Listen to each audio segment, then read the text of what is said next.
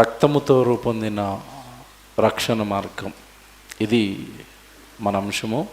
భూమి మీద మనుషులను పుట్టించిన దేవుడు పరిశుద్ధుడు. పరిశుద్ధుడైన దేవుడు గర్భాన పుట్టిన పిల్లలు పరిశుద్ధులుగా ఉండాలి అని కోరుకున్నాడు అని, ఆ పరిశుద్ధతను పిల్లల్లో చూడడానికి ఆయన ఎన్నో ప్రయత్నాలు చేశాడు. ఎంతోమంది సేవకులను పుట్టించి తన వాక్యం తన పిల్లలకి చెబుతూ వస్తున్నాడు. ఆ క్రమంలో ఇశ్రాయేలుకు ఆజ్ఞలు ఇచ్చాడు. ఆజ్ఞలు ఇచ్చి మీరు పాపం చేయొద్దు, పాపం అంటే ఏంటో చూపించాడు. వ్యభిచారం పాపం, నరహత్య పాపం, దొంగతనం పాపం, అత్యాచారాలు పాపం, పొరుగువానిది నువ్వు ఏది అక్రమంగా అన్యాయంగా దోచుకున్నా అది పాపమవుతుంది, జాగ్రత్త అని చెప్పాడు. ఆజ్ఞలు ఇచ్చి పాపం చేయొద్దు అని చెప్పినా ఇశ్రాయేలు ఆజ్ఞ దగ్గర ఆగకుండా పాపం చేసినప్పుడు దేవుడే జాలిపడి, దేవుడే ఒక అడుగు తాను తగ్గించుకుని తిరిగి మరలా మీరు చేస్తున్న పాపానికి ప్రాయశ్చిత్తంగా బలులను ఇవ్వండి అని బలులను ప్రవేశపెట్టాడు. ఆ బలిచ్చేటప్పుడు కూడా నేను వీడియో చూపించాను మీకు. బలిచ్చేటప్పుడు జంతువు తల మీద నీ చేయి ఉండాలి, ఆ జంతువును బలివ్వాలి అని చెప్పాడు. ఇదంతా దేనికి అంటే, ఒక జీవి పాపం చేసినందుకు అన్యాయంగా అక్రమంగా బలైపోతున్నప్పుడు, తన ప్రాణాలతో అది కొట్టుమిట్టాడుతున్నప్పుడు దానిని చూసైనా మనిషి మారతాడేమో, పాపం చేయకుండా ఉంటాడేమో అన్న ఆశతో దేవుడు జంతు బలులను వాళ్ళ మధ్యలో ప్రవేశపెట్టాడు. కానీ నేను నిన్న చెప్పినట్టుగా ఆజ్ఞలు పాపం చేయకుండా ఆపలేకపోయాయి. జంతు బలులు ఇస్తే ఈ జంతువుల బలి కూడా మనిషి పాపం చేయకుండా ఆపలేకపోయింది. చివరికి ఎలా మారిపోయింది దేవుడిచ్చిన జంతు బలి అంటే, పాపాన్ని తీసివేయలేని పరిస్థితికి వెళ్ళిపోయింది. హెబ్రీ పత్రిక మీరు ఇప్పుడు చదువుకున్న మాట ఒకసారి మనం ఆలోచిద్దాం. జంతు బలులిచ్చి జంతు బలుల ద్వారా పాపాన్ని తీస్తానన్న దేవుడే ఈ జంతుబులు గురించి ఇప్పుడు హెబ్రీ పత్రికలో ఏం మాట్లాడుతున్నాడు? 10వ అధ్యాయం 3వ వచనంలో. అంటే హెబ్రీ పత్రిక 10వ అధ్యాయం 3వ వచనం, అయితే ఆ బలులు అర్పించుట చేత ఏటేటా పాపములకు జ్ఞాపకమునకు వచ్చుచున్నవి. ఏమండి, వీళ్ళు బలులు ఎప్పుడెప్పుడు ఇస్తున్నారట? ఏటేటా అంటే మీకు అర్థమైందో లేదో, ఇయర్లీ వన్స్, సంవత్సరానికి ఒకసారి మందిరానికి వెళుతున్నారు. అక్కడ ఏం పట్టుకుని వెళ్ళారు? జంతువులను బలులు ఇవ్వడానికి వెళ్ళారు. బాగా వినాలి, ఇక్కడ నేను చాలాసేపు మాట్లాడతాను, ఇది మీకు తెలియాలి. లేఖనం ఇది, బైబిల్ ఇది. యేసుక్రీస్తుల వారి బలియాగం గురించి తప్పుగా మాట్లాడుతున్న వాళ్ళకి సమాధానం, ప్రభువులోనికి వచ్చి ప్రభు యొక్క శిలువ యాగాన్ని అర్థం చేసుకోలేని చాలామందికి సమాధానం ఈరోజు మీరు వింటున్న మాటలు. పిల్లరా, జంతు బలులను ప్రవేశపెట్టిన దేవుడు ఆ జంతువులను బలివ్వడానికి దేవుడి దగ్గరికి వస్తున్నప్పుడట, దేవుడికి ఏం జ్ఞాపకం వస్తున్నాయట? పాపములు జ్ఞాపకమునకు వచ్చుచున్నవి. పాపము జ్ఞాపకానికి వస్తుంది, పాపము జ్ఞాపకానికి వస్తుంది అన్నాడు. మీరు ఆదికాండం నుంచి ప్రకటన గ్రంథం వరకు మీరు బైబిల్ చదువుతున్నప్పుడు అండి, దేవుడు ఒకటే మాట్లాడతాడు మనిషితో, నేను నీలో ఏ లోపమున్నా సహిస్తాను, కానీ నీలో పాపం ఉంటే మాత్రం సహించను అంటాడు దేవుడు. మనిషి దేవుడికి దగ్గర అవ్వాలంటే ఒకటే ఒక సూత్రం అండి, పాపం చేయటం మానేయాలి. అదొక్కటే మనిషిని దేవుడికి దగ్గర చేస్తుంది. దేవుడు పాపిని ప్రేమిస్తాడు, పాపాన్ని ద్వేషిస్తాడు. మళ్ళా చెప్తాను, దేవుడని ఆయన పాపిని ప్రేమిస్తాడు, పాపాన్ని ద్వేషిస్తాడు. డాక్టరు రోగిని ప్రేమిస్తాడు, రోగాన్ని ప్రేమిస్తాడా?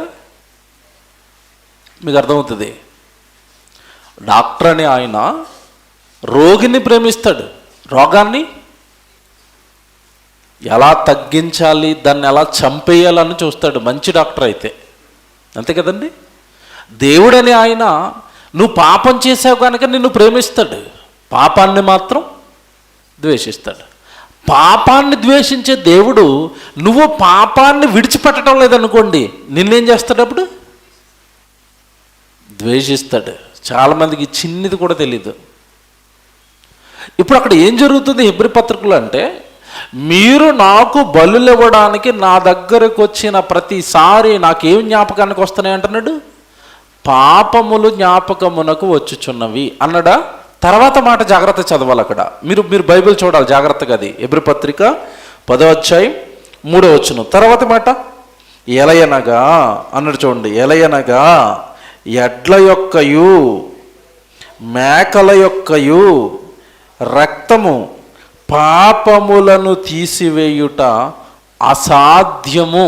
ఉందా మీ బైబిల్లో? ఎడ్ల యొక్కయు మేకల యొక్కయు రక్తము మనుషుల యొక్క పాపాలను తీసివేయుట అసాధ్యం.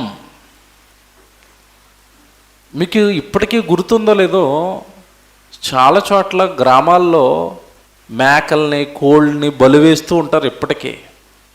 ఎందుకు బలేస్తున్నారంటే ఏం చెప్తారు? మనం ఏదో పాపం చేసాం, దేవుడికి కోపం రాకుండా ఉండాలి అంటే మనం ఏం చేయాలి? జంతువును బలివేయాలి. ఈ నమ్మకం ఉంది. కానీ బైబిల్ ఏం చెప్తుందంటే, ఎడ్ల రక్తం మేకల రక్తం మీ పాపములను తీసివేయుట అసాధ్యం. జంతువు రక్తము మనిషి పాపాన్ని తీసివేయలేదు. మీకు ప్రశ్న వేస్తాను ఇక్కడ, బాగా వినాలి. అసలు జంతువులను బలివేయండి మీ పాపాలు తీసేస్తానని చెప్పింది ఎవరు? పాత నిబంధనలు నేను చదివించాను కదా మీకు. లేవికాండం 1వ అధ్యాయం 4వ వచనం, లేవికాండం 3వ అధ్యాయం 1వ వచనం, అక్కడ మీరు చదువుకున్నారు కదా నిన్న. మీకు జంతువులు బలిస్తే పాపాన్ని ప్రాయశ్చిత్తం కలుగుతుందని ఎవరు చెప్పారు? దేవుడే చెప్పాడు. మరి కొత్త నిబంధనలో హెబ్రీ పత్రిక వచ్చేసరికి జంతువుల యొక్కయు మేకల యొక్కయు రక్తము పాపములను తీసివేయుట అసాధ్యం. ఎందుకు అసాధ్యంగా మారిపోయింది? ఇది అర్థమైతేనే యేసుక్రీస్తుల వారి శిలువ యాగం మీకు అర్థమవుతుంది. మేకలను బలిమ్మన్నది దేవుడే. మీరు పాపం చేసినప్పుడు కోడల్లో కానీ గోవుల్లో కానీ బలిమ్మని చెప్పింది దేవుడే. కానీ చివరికి వచ్చేసరికి ఆ రక్తం, ఆ జంతు బలి మీ పాపాలను తీసివేయలేకపోతుంది అన్నాడు. ఎందుకు అంటే ఇక్కడ ఒక విషయం జరిగింది, మీరు జాగ్రత్తగా వినాలి. మనిషి ఒక తప్పు చేస్తే ఒక జంతువును బలిమ్మని చెప్పాడు దేవుడు. జాగ్రత్తగా వినండి. ఒక తప్పు చేస్తే ఒక జంతువును బలివ్వాలి. మనిషి సామాన్యంగా రోజుకి ఎన్ని తప్పులు చేస్తాడు? ఎన్ని పాపాలు చేస్తాడు? లెక్క చెప్పమంటారా? ఒక చిన్న లెక్క, మీకు చిన్న లెక్క చెప్పనా? యావరేజ్ని రోజుకి మనిషి 10 పాపాలు చేస్తాడు అనుకుందాం. చేస్తాడా చేయడా? 10 పాపాలు చేస్తాడా? మోహపు చూపు పాపం. ఏమి చూడకుండా ఉంటాడా మనిషి? చూస్తాడు. ఊహల్లో పాపం, మాటతో పాపం, క్రియలతో పాపం, తన క్రియల్లో ఏదో ఒక పాపం. మొత్తం మీద మనిషి రోజుకి 10 పాపాలు చేస్తున్నాడు అనుకుందాం. ఎన్ని చేస్తున్నాడు? 10. 10 పాపాలు చేస్తున్న మనిషి నెలకి ఎన్ని చేస్తాడు? కాలిక్యులేటర్ తీసుకోండి ఎవరైనా, బాగా వినాలి. ఈ విషయం ఇప్పుడు మీకు అర్థమవుతుంది. ఎందుకు జంతువుల యొక్క రక్తము మనుషుల యొక్క పాపాలను తీయలేకపోతుందంటే, నువ్వు ఏదో చిన్న పాపం చేస్తే తెలుసో తెలియకో ఒక చిన్న జంతువును బలి తీసేస్తాను అన్నాడు. కానీ మనిషి పాపాల్లో ఏ స్థితికి వచ్చాడంటే, కనీసం రోజుకి యావరేజ్న ఎలాంటోడైనా 10 పాపాలు చేస్తున్నాడు అనుకోండి, నెలకి ఎన్ని చేస్తాడు? 300 పాపాలు చేస్తాడు. అంతే కదండి. 300 పాపాలు చేసిన వాడు నెలకి ఎన్ని జంతువులు బలి ఇవ్వాలి దేవుడికి? 300 జీవుల్ని బలి ఇవ్వాలి. ఇస్తాడా? ఒకటి అట్టుకుని వస్తాడా? ఈడు 300 పాపాలు చేసి ఒక జీవుని బలేస్తే వాడి పాపం పోయిందా? పెరిగిపోయిందా? పోలేదు. ఇంకా చెప్తాను. రోజుకి 300, నెలకి 300 పాపాలు అనుకోండి, సంవత్సరానికి ఎన్ని చేస్తాడు? 12 × 300 కొట్టండి, ఎంత? 3600 పాపాలు చేస్తాడు. బాగా వినాలి. సంవత్సరానికి ఎన్ని పాపాలు చేశాడు? మనం చాలా తక్కువ వేసాం కౌంట్. ఎంత వేసాం? 10 వేసాం. రోజుకి మనిషి 10 చేస్తాడా? అమ్మ బాబాయ్, కొంతమందిని చూస్తే వాళ్ళు నోరు విప్పారంటే ఉదయం నుంచి సాయంత్రం వరకు బూతులు ఆడుతూనే ఉంటారు. నేను చాలా చిన్న కౌంట్ వేసాను, జస్ట్ 10 వేసాను. 10 పాపాలు మనిషి చేస్తే సంవత్సరానికి ఎన్ని పాపాలు అయిపోయాయి? 3600 పాపాలు అయిపోయాయి. ఇప్పుడు ఈ బలివ్వడానికి ఎప్పుడు వస్తున్నారట వాళ్ళు దేవుడి దగ్గరికి? ఏటేటా ఆనంద కదా బైబిల్లో. అంటే సంవత్సరానికి ఒకసారి దేవుడి దగ్గరికి బలివ్వడానికి వస్తున్నారు. ఒక వ్యక్తి యావరేజ్ రోజుకు 10 పాపాలు చేస్తే సంవత్సరానికి ఎన్ని జీవులను పట్టుకుని రావాలి ఇప్పుడు దేవుడి దగ్గరికి? 3600 మేకలను పట్టుకుని రావాలి. ఎన్ని లారీలు అవుతాయి? ఇక్కడ ఇంకోటి చెప్తాను నేను. ఇది ఒక వ్యక్తికి. కుటుంబంలో ఎంతమంది ఉంటారు? కుటుంబంలో ఎంతమంది ఉంటారు? 4 ఉన్నారు అనుకుందాం. ఇప్పుడు ఈ 4 10 పాపాలు చేశారు అనుకోండి, యావరేజ్ని ఎన్ని జీవులను పట్టుకురావాలి? 4 × 3600 కొట్టండి, సుమారు 14,000 చిల్లర వస్తుంది. అంటే 14,000 జీవులను పట్టుకుని రావాలి. ఎవరికి? దేవుడి దగ్గరికి. ఒక కుటుంబం. పాపాలేమో ఎన్నున్నాయి, ఒక కుటుంబం ఒక మేక నట్టుకుని దేవుడి దగ్గరికి వచ్చేస్తుంది. పాపం తీస్తుందా? ఈ మేక రక్తం వల్ల పాపాలను తీస్తుందా? తీస్తుందండి? తీయదు. మీకు ఇంకోటి చెప్పనా? ఒకవేళ ఇప్పుడు మనకి యేసు బలి లేకుండా, యేసుప్రభు మన కోసం బలి అవ్వకుండా మీరు కూడా జంతు బలి ఇవ్వండి అన్నాడు అనుకోండి, మనల్ని ఇప్పుడు మన కుటుంబంలో 4 ఉన్న వాళ్ళు సుమారు 14,000 జంతువులను ఇవ్వాలి అంటే ఒక మేక 5,000 వేసుకోండి. 14,000 మేకలు × 5,000 కొట్టండి, 6,17,00,000 చిల్లర వస్తుంది. 6 కోట్లు దాటేస్తుంది అది అమౌంట్. అంటే ఇప్పుడు మన పాపాలను కడుక్కోవడానికి సంవత్సరానికి ఎంత సంపాదించాలి మనం? అవుతుందా మన వల్ల? ₹1 కోటి సంపాదిస్తానన్న వాళ్ళు చేయొద్దండి ఎవరైనా ఉంటే సంవత్సరానికి. ఆ 1 కోటి సంపాదిస్తే అసలు ఇక్కడే ఉండరు మీరు, ప్రార్థనలకి రారు. ధనవంతుడు దేవుని రాజ్యంలో ప్రవేశించుట దుర్లభం. వాళ్ళు ఎందుకు వస్తారు? ఈ జంతువుల రక్తం అనేది మనుషుల యొక్క పాపాలను తీసివేయలేకపోతుంది. కారణం ఏంటంటే మనిషి చేసిన పాపాలు ఎక్కువ, అక్కడ బలిస్తున్న జీవులు తక్కువ. ఇంకోటి చెప్తాను మీకు అర్థం కావడానికి, ఉదాహరణ చెప్తాను. ఎందుకండి జంతువుల రక్తం మనిషి పాపాన్ని తీయలేకపోతుందంటే మీకు ఉదాహరణ చెప్తాను అర్థం కావడానికి. మీరు ఎవరైనా షుగర్ పేషెంట్లు ఉన్నారా? షుగరు లేని వాళ్ళు ఎవరున్నారు చెప్పండి? 40 దాటితే అందరికి ఏముంది ఇప్పుడు? షుగర్ వచ్చేస్తుంది. జాగ్రత్తగా వినాలి. షుగర్ వచ్చిన కొత్తలో మనం డాక్టర్ దగ్గరికి వెళ్ళాం. డాక్టర్ ఏమంటాడు? షుగర్ ఎక్కువైపోయిందండి, మీరు కొంచెం ఫుడ్ తగ్గించాలి, అన్నం తినటం మానేయాలి, రొట్టెలు తినాలి, స్వీట్స్ తినకూడదు అని చెప్తాడు. షుగర్ తగ్గించేయాలి, టీ కాఫీలు మీరు తాగకూడదు అని చెప్తాడు. జాగ్రత్తగా వినండి.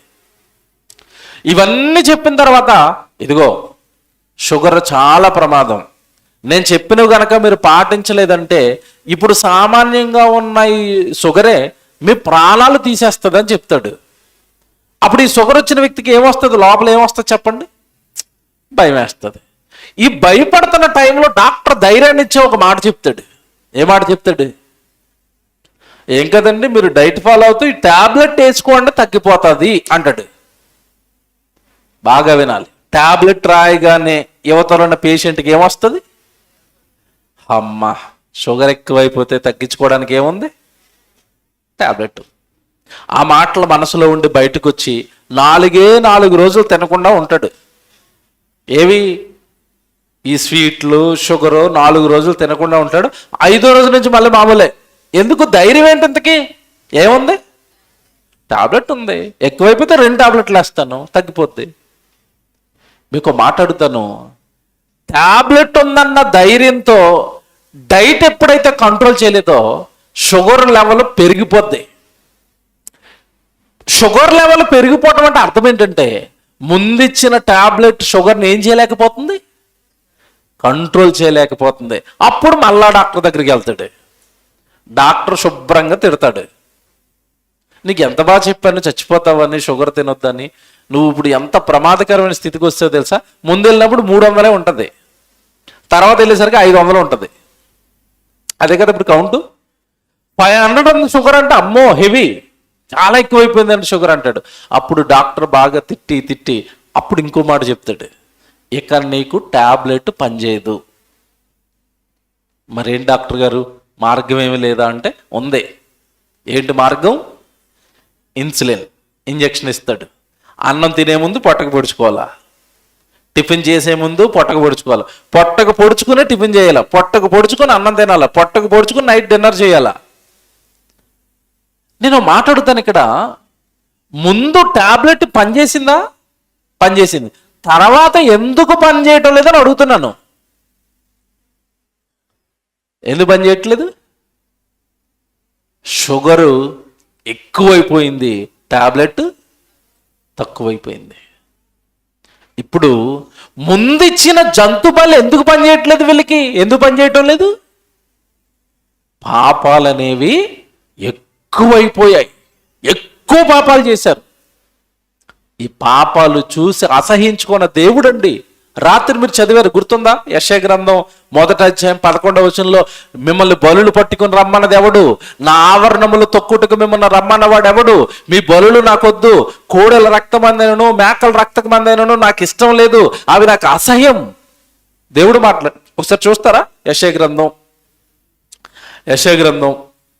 1వ అధ్యాయం 11వ వచనం. యెహోవా సెలవిచ్చిన మాట ఇదే, విస్తారమైన మీ బలులు నాకేలా, మీ బలులు నాకేలా. నాకెందుకు ఆ బలులు? దహన బలులకు పొట్టేళ్లను, బాగుగా మేపిన కోడెల క్రొవ్వును నాకు వెక్కసమాయను, కోడెల రక్తమందైనను, గొర్రె పిల్లల రక్తమందైనను, మేకపోతుల రక్తమందైనను నాకు ఇష్టం లేదు. చూసారా, నా మాట అండర్లైన్ చేసుకోండి. నాకు ఇష్టం లేదు. జంతువులు చచ్చిపోవటం, వాటి రక్తాన్ని ఒలికించటం నాకు ఇష్టం లేదు, నాకు ఇష్టం లేదు. అట్లా బలిమ్మన్నదే మీరు మారతారని కదా, మీరు పాపాలు మానేస్తారని కదా. పిల్లరా, దేవుడు ఎంత అసహించుకున్నాడు అంటే వీళ్ళని, అసలు నా ఆవరణములు త్రొక్కుటకు మిమ్మును రమ్మన్నవాడెవడు అంటాడు. కిందకలా మీరు చదువుకుంటూ వచ్చేస్తే 13వ వచనం, 13వ వచనంలో మధ్యలో చదువుతున్నాను నేను. 13వ వచనం చివరిలో, పాపులు గుంపు కూడిన ఉత్సవ సమాజము నేను అర్చజాలను, మీ అమావాస్య ఉత్సవములను నియామక కాలములను నాకు హేయములు, అవి నాకు బాధాకరములు, వాటిని సహింపలేక విసికి ఉన్నాను అన్నాడు. ఏమంటే ఇక్కడ మాట్లాడుతాను, బాగా వినాలి. అవి నాకు బాధాకరములు అంటున్నాడు, వాటిని నేను సహించలేను అంటున్నాడు. ఏ విషయంలో మాట్లాడుతున్నాడు ఇవన్నీ? మీరు పాపం మానేయటం లేదు, అలాగని నా దగ్గరకు వచ్చి ఆరాధన చేయటం కూడా మానేయటం లేదు. బాగా వినాలి. మీరు బయట చేస్తున్న పాపాలు మానేయటం లేదు, నా దగ్గరకు వచ్చి ఆరాధన చేయటం కూడా మానేయటం లేదు. ఏమంటే ఇప్పుడు క్రైస్తవుల పరిస్థితి కూడా అదే కదా. ఆదివారం ఆరాధనకి వెళ్తారు, సోమవారం మందు షాపుకి వెళ్ళిపోతారు. ఇదేనా? ఆదివారం ఆరాధనకి వెళ్తారు, సోమవారం నుంచి సినిమాలకి, పబ్బులకి, క్లబ్బులకి తిరుగుతారు. బాగా వినాలి. ఏమంటే ఆదివారం పాట పాడిన నోటుతో, బాగా వినాలి, ఆదివారం దేవుడిని మహిమపరుస్తూ పాట పాడిన నోటుతో సోమవారం మంగళవారం లోకంలోకి వెళ్ళి బూతులు మాట్లాడొచ్చా? ఆదివారం చప్పట్లు కొట్టావు కదా, దేవుడికి చప్పట్లు కొట్టిన ఈ చేతులతో సోమవారం బయటికి వెళ్ళి భయంకరమైన పాపపు కార్యక్రమాలు ఈ చేతులతో చేయొచ్చా? నేరాలు చేయొచ్చా? దొంగతనాలు చేయొచ్చా? అబద్ధాలు ఆడొచ్చా? పవిత్రత కదా దేవుడు చూడాలనుకున్నది. మీరు బయట చేస్తున్న పాపాలు మానటం లేదు, నా దగ్గరకు వచ్చి ఆరాధనలు చేయటం మానటం లేదు. ఇవి నాకు ఎలా మారిపోయి అంటున్నాడు దేవుడు. బాధాకరములు, అవి నేను సహింపలేక ఉన్నాను. పాపుల గుంపు కూడి చేస్తున్న ఉత్సవ సమాజమును నేను ఓర్చజాలను అన్నాడంతే. వాటిని సహించలేకపోతున్నాను అన్నాడు. ఏమంటే ఇప్పుడు నేను మాట్లాడుతాను, దేవుడిని ఇంతగా బాధ పెడుతున్నది ఏంటి అక్కడ అని అడుగుతున్నాను. ఏది బాధ పెడుతుంది? మనలో దేవుడికి కనబడుతున్న పాపం పాపం పాపం. ఏమండి, చాలామంది నేను చూశాను క్రైస్తవ్యంలో, చాలామందికి ఒక అలవాటు ఏంటంటే, నేను ఏ తప్పు చేసినా పర్వాలేదు, ఏ పాపం చేసినా పర్వాలేదు, ఆదివారం రోజు వెళ్ళిపోయి అయ్యగారికి ఒక పెద్ద కానుకిచ్చి అయ్యగారితో ప్రార్థన చేయించుకున్నాను అనుకోండి, దేవుడు నన్ను ఏం చేస్తాడు? విడిచిపెట్టేస్తాడు, నన్ను ఆశీర్వదించేస్తాడు. అవునా? నిజమేనా ఇది? నేను కానుకిస్తే చాలు, నేను ప్రార్థన చేయించుకుంటే చాలు, దేవుడు నన్ను దీవిస్తాడు, దేవుడు నన్ను ఏమి అండు. తప్పండి ఇది. మీకు ఎవరో సరిగ్గా చెప్పలేదు, చెప్తాను నేను లోతుగా. దేవుడి మనస్సు, మీరిచ్చే అర్పణలు ఎవరికి కావాలి? మీరిచ్చే కానుకలు ఎవరికి కావాలి? నువ్వు పాడే పాట ఎవరికి కావాలి? నువ్వు చేసే ప్రసంగాలు ఎవరికి కావాలి? నువ్వు చేసే ప్రార్థన ఎవరికి కావాలి? ముందు నువ్వు ఎలా ఉండాలి? పవిత్రంగా, పరిశుద్ధంగా. నువ్వు పవిత్రంగా పరిశుద్ధంగా ఉండి ఇవన్నీ చేయి. పని చేస్తావా? దేవుడి పని, దేవుడి సన్నిధికి వస్తావా, పాటలు పాడుతావా, బైబిల్ చదువుతావా, నువ్వు ఏమైనా చెయ్యి, కానీ నువ్వు చేసేటప్పుడు నువ్వు ఎలాగ ఉండాలి? పరిశుద్ధంగా, పవిత్రంగా. పాపుల గుంపు కూడి చేస్తున్న ఉత్సవ సమాజమును నేను ఓర్చను అన్నాడంతే. ఇక్కడ మాట్లాడుతాను, పాపం అంటే దేవుడికి ఎందుకు ఇంత అసహ్యం ఇది తెలియాల. పాపాన్ని దేవుడు ఎందుకు ఇంతలా చూడలేకపోతున్నాడు ఏంటి? నాకు పాపం చూడలేను పాపం అంటే ఇంత విసిగిపోతున్నాడు ఏంటి దేవుడు? చెప్తాను మీకు, మీకు అర్థం అవ్వాలి కదా, ఆయన బాధ అర్థం కావాలి కదా, దేవుడు బాధ మీకు అర్థం కావాలి కదా. ఇక్కడ మీరు చాలామంది తల్లులు ఉన్నారు, మీ పిల్లలు ఉంటారు, ఇంత పిల్లలు ఉంటారు కదా, మీ పిల్లలు, వాడికి ఏం తెలీదు. తెలియనప్పుడు వాడిని ప్రతిరోజు మార్నింగ్ ఒకసారి స్నానం చేయిస్తారు, ఈవినింగ్ ఒకసారి స్నానం చేయిస్తారు.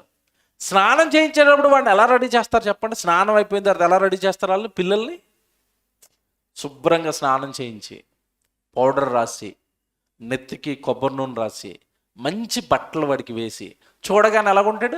అప్పుడు ఎలా ఉంటాడు మీకు? చూడగానే ముద్దు వస్తాడు. ప్రతి తల్లి ఒకసారి ఆడు ఇలాగంటది, ముద్దెట్టుకుంటుంది. బట్టలు వేసినప్పుడు ముద్దు వచ్చేస్తాడు. ముద్దెట్టుకుని ఎత్తుకుని వాడికి ఏదో తినడానికి పెట్టి ఓ మాట చెప్తుంది. ఏ మాట చెప్తుంది అంటే, నాన్న స్నానం చేసావు కదరా, మట్టిలోకి వెళ్ళొద్దు, బట్టలు మట్టి చేసుకోవద్దు, నువ్వు శుభ్రంగా ఉండాలి అని చెప్తుంది. చెప్పి వాడికి ఏదో తినడానికి పెట్టి ఈ లోపు ఏదో పనికెళ్ళింది. ఈ బుడ్డడు అమ్మ పెట్టేసింది తినేసి అలా నెమ్మదిగా బయటికి వెళ్ళాడు. బయటికి వెళ్ళి ఇసుకలో ఆటలు మొదలుపెట్టాడు. ఇసుక మీకు తెలుసు కదా, బయట ఉంటుంది శాండ్. ఇసుకలో, దుమ్ములో, ధూళిలో, డ్రైనేజీలో ఆటలాడేసి మొహం నిండా మట్టేసుకుని, నెత్తి నిండా ఇసుకేసుకుని, బట్టలన్నిటికీ డ్రైనేజీలో ఉన్న మురికి అంటించుకుని ఒక హాఫ్ అన్ అవర్ 1 అవర్ తర్వాత ఇంటికి వచ్చి అలా నిలబడ్డాడు అమ్మ ముందు. మమ్మీ అనుకుంటా. వాడిని చూస్తే తల్లికి ఏమొస్తుందో చెప్పాలి నాకు. ముందేమొచ్చింది? శుభ్రంగా ఉన్నప్పుడు ఏమొచ్చింది? ముద్దొచ్చాడు, ఆనందం వచ్చింది. ఈ బురద అంటించుకొని వచ్చిన చూస్తే ఏమొస్తుంది తల్లికి? కోపము రాలేదు, నాకు కోపము రాదు అన్న ఒక తల్లి చేయొద్దండి. చూడగానే ఒక రకమైన అసహ్యం, ఒక రకమైన కోపం. ఏమన్నా వాడిని అలా ఎత్తుకుని బెడ్రూమ్లోకి తీసుకెళ్తారా? వంగడబెట్టి నడ్డి మీద 2 వేస్తారు. నడ్డి మీద 2 వేసి ఆ బట్టలన్నీ విప్పేసి ఆ బట్టలన్నీ అక్కడ పడేసి వీళ్ళు మళ్ళీ అక్కడ తీసుకెళ్తారు. మళ్ళీ స్నానానికి తీసుకెళ్ళి, మళ్ళీ సబ్బు రాసి, మళ్ళీ శుభ్రంగా స్నానం చేయించి మళ్ళా అప్పుడు ఎక్కడ తీసుకెళ్తారు? లోపల. నేను మాట్లాడుతున్నాను, ముందు ముద్దొచ్చిన తల్లికి తర్వాత కోపం ఎందుకు వచ్చిందని అడుగుతున్నాను. ఏముంది వాడు ఒంటి మీద? మురికుంటే నీకు కోపం, నీలో పాపం ఉంటే నిన్ను చూస్తే దేవునికి కోపం. అర్థమైందా ఇప్పుడు? నేను చూడలేను, ఎందుకంటే పుట్టించేటప్పుడు ఎలా పుట్టించాడు దేవుడు? మనిషిని పుట్టించేటప్పుడు ఎలా పుట్టించాడు?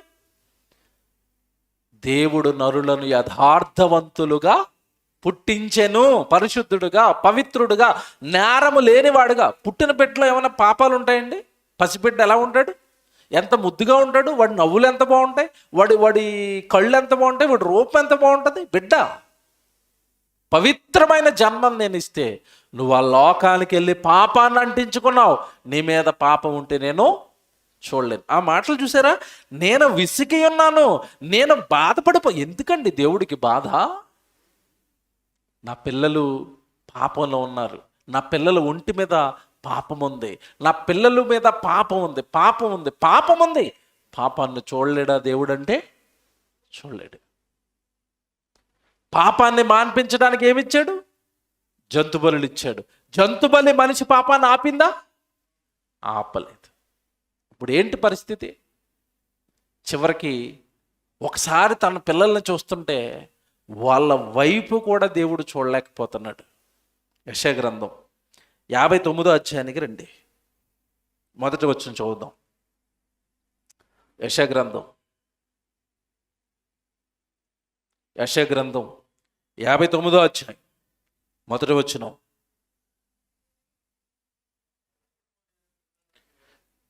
ఏమండి అందరూ చూసుకోండి జాగ్రత్తగా. యెషయా గ్రంథం 59వ అధ్యాయం మొదటి వచనం. రక్షింపనేరకయుండునట్లు యెహోవా హస్తము కుర్రచ కాలేదు, విననేరక ఉండునట్లు ఆయన చెవులు మందమును కాలేదు. చూసారా? మనుషుల గురించి మాట్లాడుతున్నాడు. మీరు నన్ను రక్షించమని కేకలు వేస్తున్నారు, కానీ నేను నా స్వహస్తాలతో మిమ్మల్ని రక్షించటం లేదు, మిమ్మల్ని చూడటం లేదు, నేను మీకు సహాయం చేయటం లేదు. ఎందుకో తెలుసా? నా హస్తాలేమి కుర్రచైపోలేదు. మీరు నాకు చాలాసార్లు ప్రార్థన చేస్తున్నారు, నా చెవులేమి మందం ఎక్కిపోలేదు. ఎందుకు మీ ప్రార్థన నేను వినటం లేదో తెలుసా? ఎందుకు మీకు నేను సహాయం చేయటం లేదో తెలుసా? ఎందుకు మిమ్మల్ని చూడటం మానేశానో తెలుసా? చెప్తాడు కిందకి ఎంత బాగా చెప్తాడంటే, మీ దోషములు మీకును మీ దేవునికి అడ్డముగా వచ్చెను. ఇది అండర్లైన్ చేసుకోండి. మనిషికి దేవుడికి మధ్యలో అడ్డుగా వచ్చినవేవట? మీ దోషాలు, మీ పాపాలు. ఇదిగో బురదంటుకుపోయిన బిడ్డని ఎందుకు తల్లి చంకనెత్తుకోదు? వాడి ఒంటి మీద ఏముంది? బురద చిచ్చి కడగాలది. అలాగే దేవుడికట మనం ప్రార్థన చేస్తున్నాం, దేవా మమ్మల్ని రక్షించు, మా కుటుంబాన్ని రక్షించు, మమ్మల్ని కాపాడు అని మనం ప్రార్థన చేస్తున్నాం. మన ప్రార్థన దేవుడు ఎందుకు వినటం లేదు అంటే, మనల్ని ఎందుకు దేవుడు తన స్వహస్తాలతో మనకి సహాయం చేయటం లేదంటే, ఆయనకి మనకి మధ్యలో అడ్డు గోడగా, అడ్డు బండగా మిగిలిపోయినవేవి అంటే మీ దోషాలు, మీ పాపాలు అన్నాడు. ఇప్పుడు మీరు బాగా ఆలోచించండి. దేవుడికి మనిషిని దూరం చేస్తున్నవి ఏంటి చెప్పండి? ఇప్పుడు పాపమా? చివరికి మనం నరకానికి గంటేసేది కూడా ఏంటి చెప్పండి? మనల్ని నరకమే. పాపం ఇంత ప్రమాదమా? పాపం ఇంత అసహ్యమా దేవుడికి? అవునండి. ఆ పాపం అనిపించడానికే జంతు బలిని ఇస్తే, జంతు బలి పాపాలను తీసివేయుట అసాధ్యంగా మారిపోయింది. అప్పుడు అనుకున్నాడు దేవుడు, నాయనా మీరు నా మాట వినరు కదా, ఆజ్ఞలిచ్చి ఆపాను, పాపాన్ని మానలేదు. జంతు బలినెట్టి మాన్పించాను, పాపాలు మాన్పిందామని ప్రయత్నం చేశాను, వినలేదు. ఇక చివరిగా ఒక ప్రయత్నం చేస్తున్నాను నేను. బాగా వినాలి ఇక్కడి నుంచి. నా చివరి ప్రయత్నం ఇది. ఏంటి చివరి ప్రయత్నం అంటే, ఇదిగో నా గర్భాన పరలోకంలో పుట్టిన నా జ్యేష్ఠ కుమారుడైన యేసుక్రీస్తుల వారిని బలేస్తాను. ఇది ఇక చివరి బలి. ఈ బలిని చూసి కూడా నువ్వు మారలేదు అంటే ఇక నిన్ను కాపాడే ప్రసక్తే లేదు. యేసుక్రీస్తుల వారిని బలివ్వాలి అనుకున్నప్పుడు బాగా వినాలి. యేసు ప్రభుని మానవుల పాపాల కోసం బలివ్వాలి. ఎలా బలివ్వాలన్నది కూడా దేవుడు ఆలోచించాడు. ఎలా బలిస్తే మనిషి మారతాడో ముందుగానే ఆలోచించాడు దేవుడు. ఎలా బలివ్వాలి? సామాన్యంగా యేసుక్రీస్తుల వారు భూమి మీదకి వచ్చి ఏదో ఒక మూల ఒకరు తల నరికేశారు అనుకోండి, యేసు ప్రభుని ఈరోజు ఎంతమంది నమ్మేవారా? యేసు ప్రభుని ఎక్కువ మంది ఇష్టపడడానికి కారణం ఏంటి చెప్పండి? మీరు బాగా ఆలోచించి చెప్పండి. యేసు ప్రభు దగ్గరికి ఎక్కువ మంది రావడానికి కారణం ఏంటి చెప్పండి? ఆయన అనుభవించిన శిలువ బాధలు, అవునా కదా? రైట్. యేసు ప్రభు సిలువలో అన్ని బాధలు పడి ఎందుకు చచ్చిపోవాలి? నేను మీకు జ్ఞాపకం చేసింది ఇదే. మామూలుగా చచ్చిపోవచ్చు కదా, అన్ని బాధలు ఎందుకు పడాలి అంటే, మీరు బాగా వినండి. ముందు జంతువు చచ్చిపోయింది మనిషి కోసం. జంతువు కూడా కొట్టుకొని కొట్టుకొని కొట్టుకొని చచ్చిపోయిందా?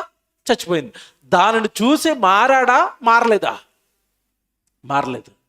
జంతువు కొట్టుకొని చచ్చిపోయిన మారని మనిషి యేసుక్రీస్తుల వారు నీ కోసం బలైపోయాడు, ఎక్కడో ఎవరో నరికేశారంటే మారతాడా? శ్రమలు పడాలా, కష్టాలు పడాలా. ఈ శ్రమలు, కష్టాలు, కన్నీళ్ళు అనుభవిస్తేనే కానీ అది చూసి మనిషి మారడు. ఎందుకంటే మనిషి ఎలాంటోడు? కఠినమైన మనస్సు. జంతువు చచ్చిపోతుంటే మారని మనిషి, జంతువు కళ్ళ ముందు కొట్టుకుంటే మారని మనిషి యేసుక్రీస్తుల వారు చచ్చిపోయాడంటే మారతాడా? మారడు. కనుక నాయన క్రీస్తు కొడుకుతో చెప్పాడు, నాయనా నువ్వు భూమి మీదకి వెళ్ళి ఎలా చచ్చిపోవాలంటే అందరూ చచ్చిపోయినట్టుగా, అందరూ మరణించినట్టుగా కాదు నాయనా, నువ్వు హింసలు పొందుతూ చచ్చిపోవాలి అన్నాడు. యేసు ఎలా చచ్చిపోయాడు? హింసలు పొందుతూ, హింసలు పొందుతూ, హింసలు పొందుతూ. ఏమన్నా మాట్లాడగనా? యేసు ప్రభు చచ్చిపోయినట్టుగా లోకంలో ఎవరైనా చచ్చిపోయారా? చచ్చిపోయారా? అలాంటి చావు ఎవరికైనా వచ్చిందా? రాలేదు. యేసు ప్రభుకే అలాంటి చావును దేవుడు ఎందుకు సిద్ధం చేశాడంటే, నువ్వు అలా చచ్చిపోతేనే కానీ నీ చావును చూసి మనిషి మారడు. దానికోసం యేసుక్రీస్తుల వారు భూమి మీద పుట్టక మునిపే పాత నిబంధనలో ప్రవక్తలతో ప్రవచనాలు రాయిస్తున్నాడు. నా కొడుకు మీకోసం బలైపోబోతున్నాడు, నా కుమారుడు భూమి మీద మీ కొరకు పాపాలు కడగడానికి వస్తున్నాడు, వస్తున్న ఆ కుమారుడు ఎలా చనిపోతాడో తెలుసా? కీర్తనల గ్రంథం. మీరు ఇవన్నీ జాగ్రత్తగా చూడండి, ఎన్ని ప్రవచనాలు రాస్తున్నాడు చూడండి యేసు ప్రభు కోసం. కీర్తనల గ్రంథం 22వ కీర్తనకు రండి. 22వ కీర్తనకు రండి. 22వ కీర్తన 16వ వచనం. కీర్తనల గ్రంథం 22వ కీర్తన ఏమంటే 16వ వచనం. కుక్కలు నన్ను చుట్టుకొని ఉన్నవి, దుర్మార్గుల గుంపు కూడి నన్ను అపహరించి ఉన్నారు, వారు నా చేతులను నా పాదములను పొడిచి ఉన్నారు. ఎవరి గురించి చెప్తున్నాడు ఈ భక్తుడు? ఎవరి గురించి చెప్తున్నాడు? వస్తున్నాడు దేవుని కుమారుడు మీకోసం బలైపోవడానికి. ఎలా బలైపోతాడట? చేతులను పాదములను ఏం చేస్తారట? పొడిచేస్తారు. పొడిచారండి? పొడిచారా యేసు ప్రభుని? పొడిచారు. ఎందుకు పొడుస్తున్నారు? ఎందుకు పొడుస్తున్నారు? అతను చేతిలో మేకులు వేయించుకోవాలి. ఆ బాధ అనుభవిస్తుంటే, యేసుక్రీస్తుల వారు సిలువలో అల్లాడిపోతుంటే, అరుస్తుంటే, కేకలు వేస్తుంటే, అమ్మో నా పాపాల కోసం ఆయన మేకులు వేయించుకున్నాడు కదా, నా పాపాల కోసం తలలో ముళ్ళ కిరీటం పెట్టించుకున్నాడు కదా, నా పాపాల కోసం బల్లెపు పోటు కదా, నా పాపాల కోసం కదా ఆయన బాధ అనుభవిస్తున్నాడని ఆ బాధ చూసైనా మనిషి ఏం చేయాలి? మారాలి. కింద చూడండి ఎంత బాగా చెప్తాడు. వారు నా చేతులను నా పాదములను పొడిచి ఉన్నారు, నా ఎముకలన్నీ నేను లెక్కింపగలను, వారు నిదానించుచు నన్ను తేరిచూచి ఉన్నారు, నా వస్త్రములు వారు పంచుకొని ఉన్నారు. చివరికి యేసుప్రభు వస్త్రాలు కూడా ఏం చేశారు? సిలువేసేటప్పుడు ఏం చేశారు తెలుసు కదండి మీకు? పంచుకున్నారు. తర్వాత నా అంగీ కొరకు చీట్లు వేశారు. ఏమండి నేను మాట చెప్పనా? ప్రపంచంలో ఒక వ్యక్తి ఎలా చచ్చిపోతాడు అని ముందుగానే రాయబడిన చావు, మరణం ఎవరితో తెలుసా? యేసుప్రభుదే. ఇది సుమారు క్రీస్తుకు పూర్వం సుమారు 800 సంవత్సరాల క్రితం రాయబడుతుంది. అది యేసుప్రభు పుట్టక మునుపు 800 సంవత్సరాల క్రితం రాయబడుతుంది. వస్తున్నాడు యేసు, చచ్చిపోబోతున్నాడు అని. పిల్లరా, ఇంకా నేను చాలా రెఫరెన్స్లు చూపిస్తాను, మీకు తెలుసు ప్రవచనాలు. యేసుప్రభు మన కోసం వస్తాడు, ఆయన తిన్న దెబ్బల వలన మనకేం కలుగుతుంది? స్వస్థత కలుగుతుంది. యెషయా గ్రంథం 53వ అధ్యాయంలో స్పష్టంగా ఉంటుంది సిలువ యాగం గురించి. ఒక్క మాట చదువుతారా? యెషయా గ్రంథం 53వ అధ్యాయం చూడండి. యెషయా గ్రంథం 53వ అధ్యాయం 5వ వచనం. యెషయా గ్రంథం 53 అధ్యాయం 5 వచనం, మన అతిక్రమములను బట్టి, అతిక్రమ క్రియలను బట్టి అతడు గాయపరచబడెను. ఇప్పుడు యేసుప్రభుకు అవుతున్న గాయాలట ఎవరు చేసిన అతిక్రమాలట? మనం చేసినవి. మనం పాపం చేస్తే దెబ్బలు ఎవరు తింటున్నారు? యేసుప్రభు తింటున్నాడు. మనం పాపం చేస్తే బలైపోవడానికి, ముందు మనిషి పాపం చేస్తే ఏది బలైపోయింది? పాత నిబంధనలో ఒక ఆవు బలైపోయింది, ఒక మేక బలైపోయింది, ఒక గొర్రె బలైపోయింది. కానీ ప్రపంచ మానవాళి కోసం బలైపోయింది ఎవరు అంటే యేసుక్రీస్తు. ఎందుకు బలైపోతున్నాడంటే ఇక్కడ చెప్తున్నాడు, మనము చేసిన అతిక్రమములను బట్టి ఆయన గాయపరచబడ్డాడు. ఏమండి, ఇప్పుడు మీకు సిలువ యాగాన్ని చూపిస్తాను నేను. బాగా వినాలి. ఏం చూస్తాం ఇప్పుడు మనం? సిలువ యాగాన్ని. ఎన్ని హింసలు పొందాడో, ఎన్ని కష్టాలు పడ్డాడో. తమ్ముడు పాట రెడీ చేయండి, సాంగ్ రెడీ చేయండి. ఎన్ని కష్టాలు పడ్డాడో జస్ట్ ఇది పిక్చర్, విజువలైజేషను. ఇది చూస్తుంటేనే మనకు బాధేస్తే ఒరిజినల్గా యేసుక్రీస్తుల వారు అనుభవించినవి ఒక్కసారి మీరు ఊహించుకోండి, ఎంత బాధేస్తుంది. Passion of the Christ cinema తీశాడు, మీకు తెలుసా? ఆ హీరో పేరు ఏదో ఉంటుందండి. ఈ passion of the Christ cinema తీసినప్పుడు అండి, విజువల్ రియాలిటీగా ఉండాలి, మనం ఏదో షూట్లో కాకుండా రియలిస్టిక్గా రావాలి అన్నట్టుగా యేసుక్రీస్తుల వారిని కొడతన్న సీను రియల్గా తీయడానికి ఒక ప్లాన్ చేశారు. ఏం ప్లాన్ చేశారంటే, ఆ హీరో యేసుక్రీస్తుల వారి పాత్ర ఎవరైతే పోషిస్తున్నారో ఆయనకి వెనకాల ఈ ఇక్కడ ఇదంతా కూడానండి చర్మం లాంటి ఒక పదార్థాన్ని అతికేశారు నడ్డి మీద. అంటే దెబ్బ కొట్టినా తగలకుండా చర్మం లాంటి కలర్లోనే ఒక రకమైన మెటీరియల్ తయారు చేసి మొత్తం బాడీ అంతా అల్లేశారు. దాని ఏంటంటే ఇప్పుడు దెబ్బ కొడితే తగలకుండా ఉంటుంది, రియల్గా వస్తుంది, రియల్గా కొడుతున్నట్టుగా సీన్ వస్తుంది అన్నట్టుగా దాన్ని ప్లాన్ చేశారు. డైరెక్టర్ హీరో మాట్లాడుకుని ప్లాన్ చేశారు. ఓకే, సీన్ ఓకే, యేసుప్రభుడు నిలబడ్డాడు ఇలాగా. ఇప్పుడు వీళ్ళు ఏం చేయాలి? కొరడాతో కొట్టాలి. ఫస్ట్ షాట్ ఓకే, కొట్టారు. రెండో షాట్ ఓకే, మూడో షాట్ ఓకే. అలా కొడుతున్నప్పుడు మధ్యలో ఏం జరిగిందంటే, ఏదైతే వెనకాల దెబ్బ తగలకుండా ఒక మెటీరియల్ పెట్టారో ఆ మెటీరియల్ చిరిగిపోయింది. ఆ మెటీరియల్ చిరిగిపోవటం వల్ల ఈ ఒక్క దెబ్బ వెళ్ళి డైరెక్ట్గా ఒంటి మీద పడిపోయిందండి. అక్కడ గాయమైపోయింది, రక్తం ఒక దెబ్బ పడ్డది. వెంటనే అరుపులు, యాక్టర్ అరుపులు, కేకలు, అమ్మో అమ్మో చచ్చిపోతున్నాడు అరిసేసరికి షూటింగ్ అంతా ఆపేశారు. వెంటనే చూసేసరికి అంటే లోపలంతా చీరుకుపోయింది. షూటింగ్ 3 నెలలు ఆపేశారు, కుట్లేస్తారు. అక్కడ గాయం మానడానికి ఎంతకాలం పట్టింది? 3 నెలలు. ఇప్పుడు ఇతను ఎన్ని దెబ్బలు తిన్నాడు? అప్పుడు అతనికి యేసు ప్రభు పడిన కష్టం అర్థమైపోయి బాప్తిస్మం తీసేసుకున్నాడు. అమ్మ బాబోయ్, ఒక దెబ్బకే నా పరిస్థితి ఎలా ఉందంటే, ప్రభు ఎన్ని దెబ్బలు తిని ఎలా ఉండగలిగాడు? ఆయన చేసిన త్యాగం చాలా గొప్పది, సామాన్యుల వల్లది కాదు. ప్రభు చాలా బాధలు పడ్డాడు, ప్రభు చాలా కష్టాలు పడ్డాడు అని ప్రభువుని అంగీకరించాడు. ఇది మీకు ఎందుకు చెప్పండి తెలుసా? ఒక దెబ్బ తినటమే కష్టం అంటే యేసుక్రీస్తుల వారిని ఎలా కొట్టారండి? ఎందుకు అంత దారుణంగా యేసుప్రభుని కొట్టారంటే, ఆ హింస చూసైనా సరే మనిషి మారాలి, పాపం చేయకూడదు. ప్లే చేస్తారు, లైట్లు ఆపండి, ఒక్కసారి మీరు మనసు పెట్టి వినాలి. నేను చివరిలో ఒక మంచి రెఫరెన్స్ చూపిస్తాను దీనికి సంబంధించి. ప్లే చేయండి.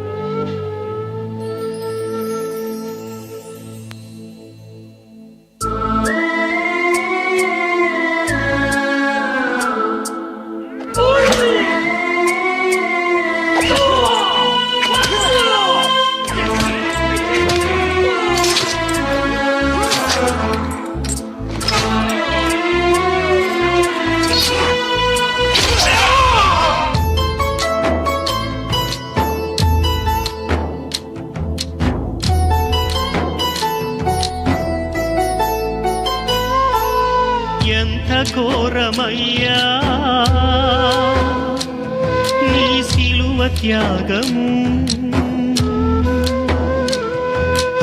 ఎంత భారమయ్యా నా పాపదోషము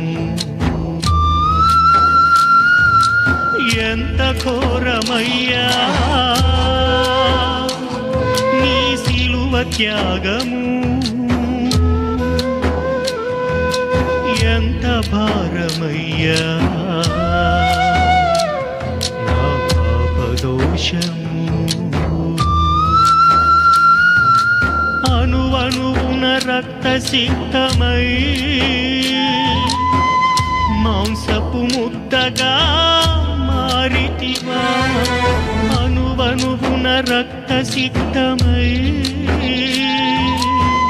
మాంసపు ముద్దగా మారితివా శ్రమల సిలువను మోసితివా శ్రమల సిలువను మోసితివా ఎంత ఘోరమయ్యా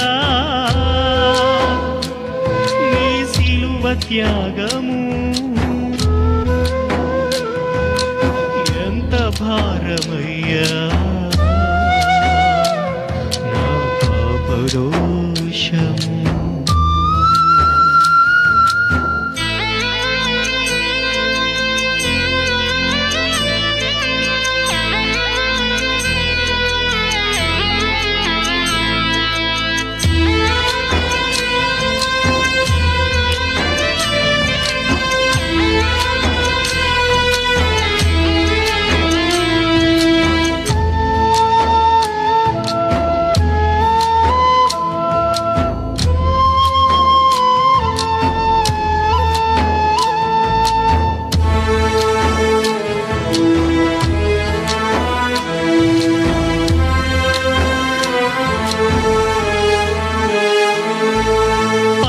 తండ్రి చిత్తము నెరవేర్చుట కొరకు పరము వీడి భూమిపై కరుదించినవయ్యా దేవునివై ఉండి మనుషుల చేత చిత్రహింస పడినవయ్యా కురకాల దెబ్బలు తలకు ముళ్ళ కిరీటమెక్కి మోమునా ఉన్ని వేసి అపహసించి నెట్టినారా నా కోసమాయి బలియాగము ఎవరు చేయగలరు ఇంత త్యాగము నా కోసమాయి బలియాగము ఎవరు చేయగలరు ఇంత త్యాగము ఎంత ఘోరమయ్యా నీ సిలువ త్యాగము ఎంత భారమయ్యా నా పాపదోషము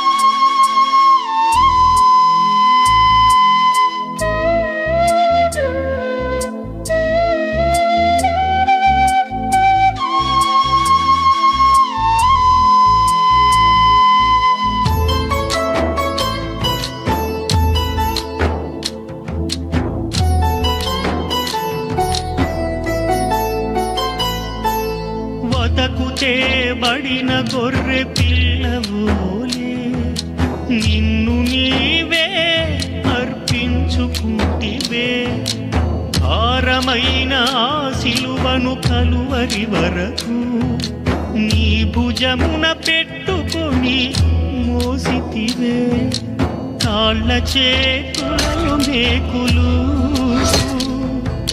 నేలపై రక్తధారలు చేదు చిరక త్రాగ ఇచ్చెను ప్రక్కలో పల్లెముతో పొడిచెను నా కోసమా ఈ బలియాగము ఎవరు చేయగలరు ఇంత త్యాగము? నా కోసమా ఈ బలియాగము? ఎవరు చేయగలరు ఇంత త్యాగము? ఎంత ఘోరమయ్యా నీ సిలువ త్యాగము, ఎంత భారమయ్యా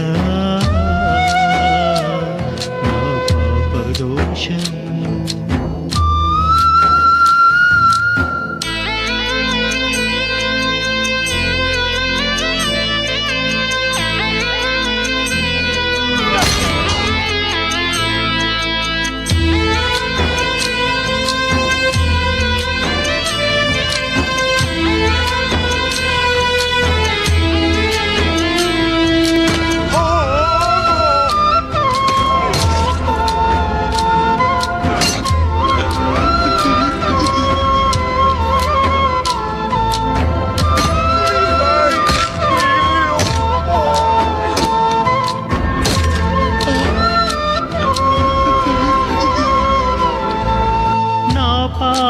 శిక్షను నీవు భరించి ఘోరమైన శ్రమను నీవు పొందితివా? మానవుల పాపానికి మరణమే జీతమని మా కొరకై నీవు మరణించితివా? మహిమను వీడి వచ్చితివి,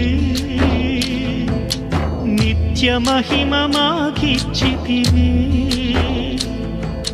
మరణపు ముళ్ళు విరిచితివి, నిత్య జీవం మాకిచ్చితివి. ఈ పాపి కోసమా ఈ బలియాగము?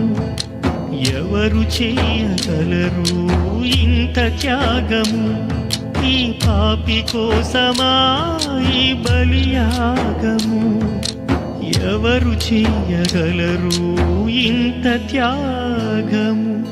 ఎంత ఘోరమయ్యా నీ సిలువ త్యాగము, ఎంత భారమయ్యా నా పాపదోషము, ఎంత ఘోరమయ్యా నీ సిలువ త్యాగము, ఎంత భారమయ్యా నా పాపదోషము.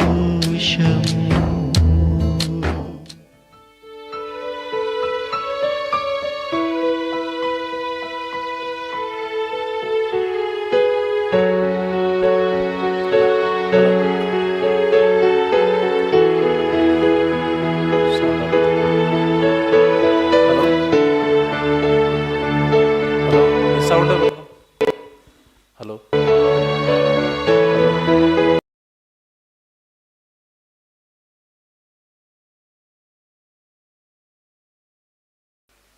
సార్ చూస్తున్నప్పుడు ఆయన పడిన బాధ, కష్టం, వేదన, ఇంతలా ఇన్ని బాధలను అనుభవించి చనిపోవాలంటే అనుభవించే చనిపోవాలి. కారణం ఏంటంటే సామాన్యంగా చనిపోయాడు అంటే ఎవరు మారేవారు చెప్పండి? మీరు మారేవారా, నేను మారేవాడినా?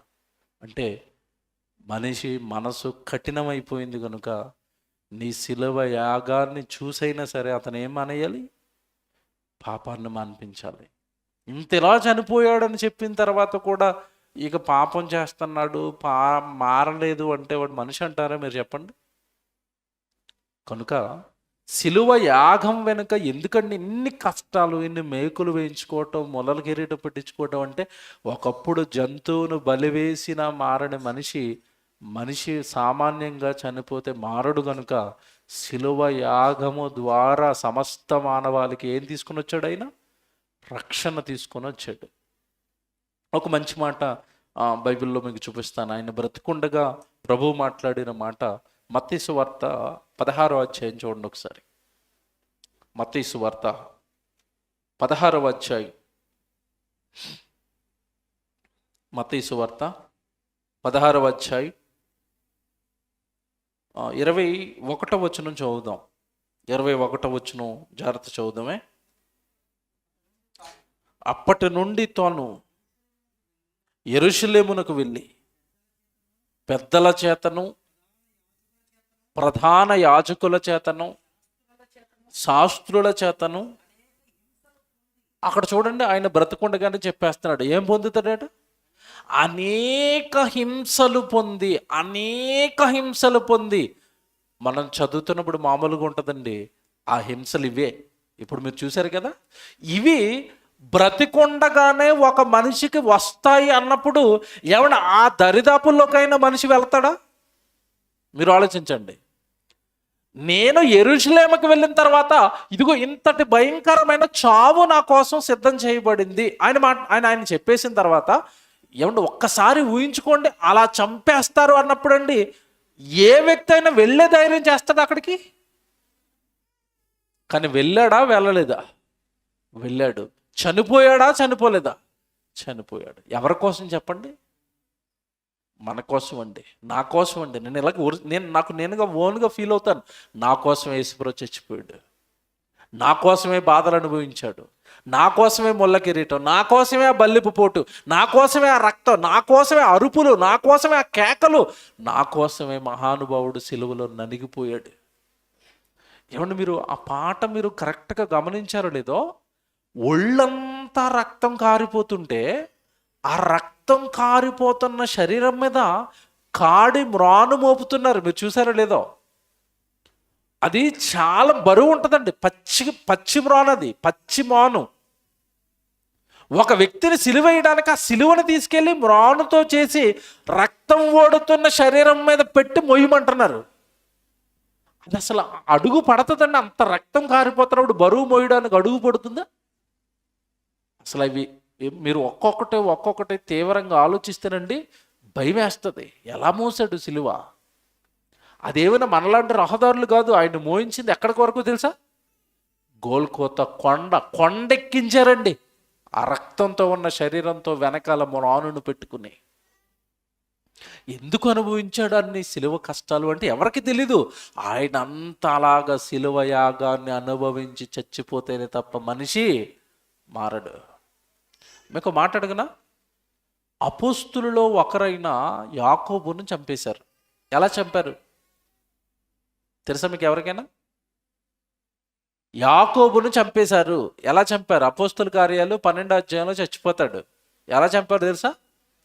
తల నరికి చంపారు. చూస్తారా ఒకసారి?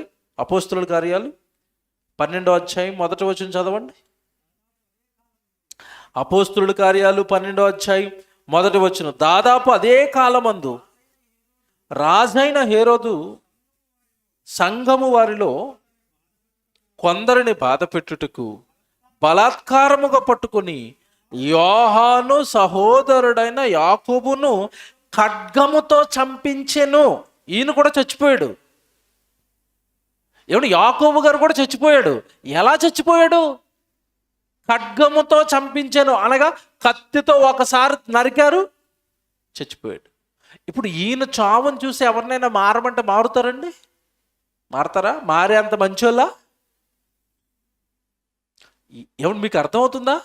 భక్తులేమో సామాన్యంగా చచ్చిపోతున్నారు, యేసుప్రభు మాత్రం సిలువ గాయాలు అనుభవించి మనుషులు చేసిన ప్రతి పాపం తన మీద వేసుకుని దానికి శిక్ష అనుభవిస్తూ అంత ఘోరమైన చావు చచ్చిపోతే మనిషి ఈరోజు మారాడు. అంటే తన పిల్లల్ని మార్చుకోవడానికి దేవుడు చివరి బలిగా యేసుక్రీస్తుల వారికి ఎంతటి భయంకరమైన శిక్షను ఆయన మీద వేశారు. ఏమంటే నిజంగా ప్రభు కొద్దిసేపులో చనిపోవడానికి వెళతాడు. ఇక గెత్సెమనే తోటలో ప్రార్థన చేసుకుంటున్నారు, తెలుసు కదా మీకు ఇది. ఆ ప్రార్థన చేసుకునేటప్పుడు ప్రభువు ఎంత టెన్షన్ పడిపోయాడో లోకా గారు రాశారు. లూకాసు వార్త మీరు చూడండి. ఈయన కొంచెం డాక్టర్ అండి. లోకా గారు అనేసరికి డాక్టర్ ఈయన. ఈ డాక్టర్ అయిన లోకా గారు అండి చాలా స్పష్టంగా యేసుప్రభు పడుతున్న సిలువ గురించి చెప్తారు. 22వ అధ్యాయంలో లూకాసు వార్త 22వ అధ్యాయం 39వ వచనం చూడండి. 39వ వచనం. లూకాసు వార్త 22వ అధ్యాయం 39వ వచనం.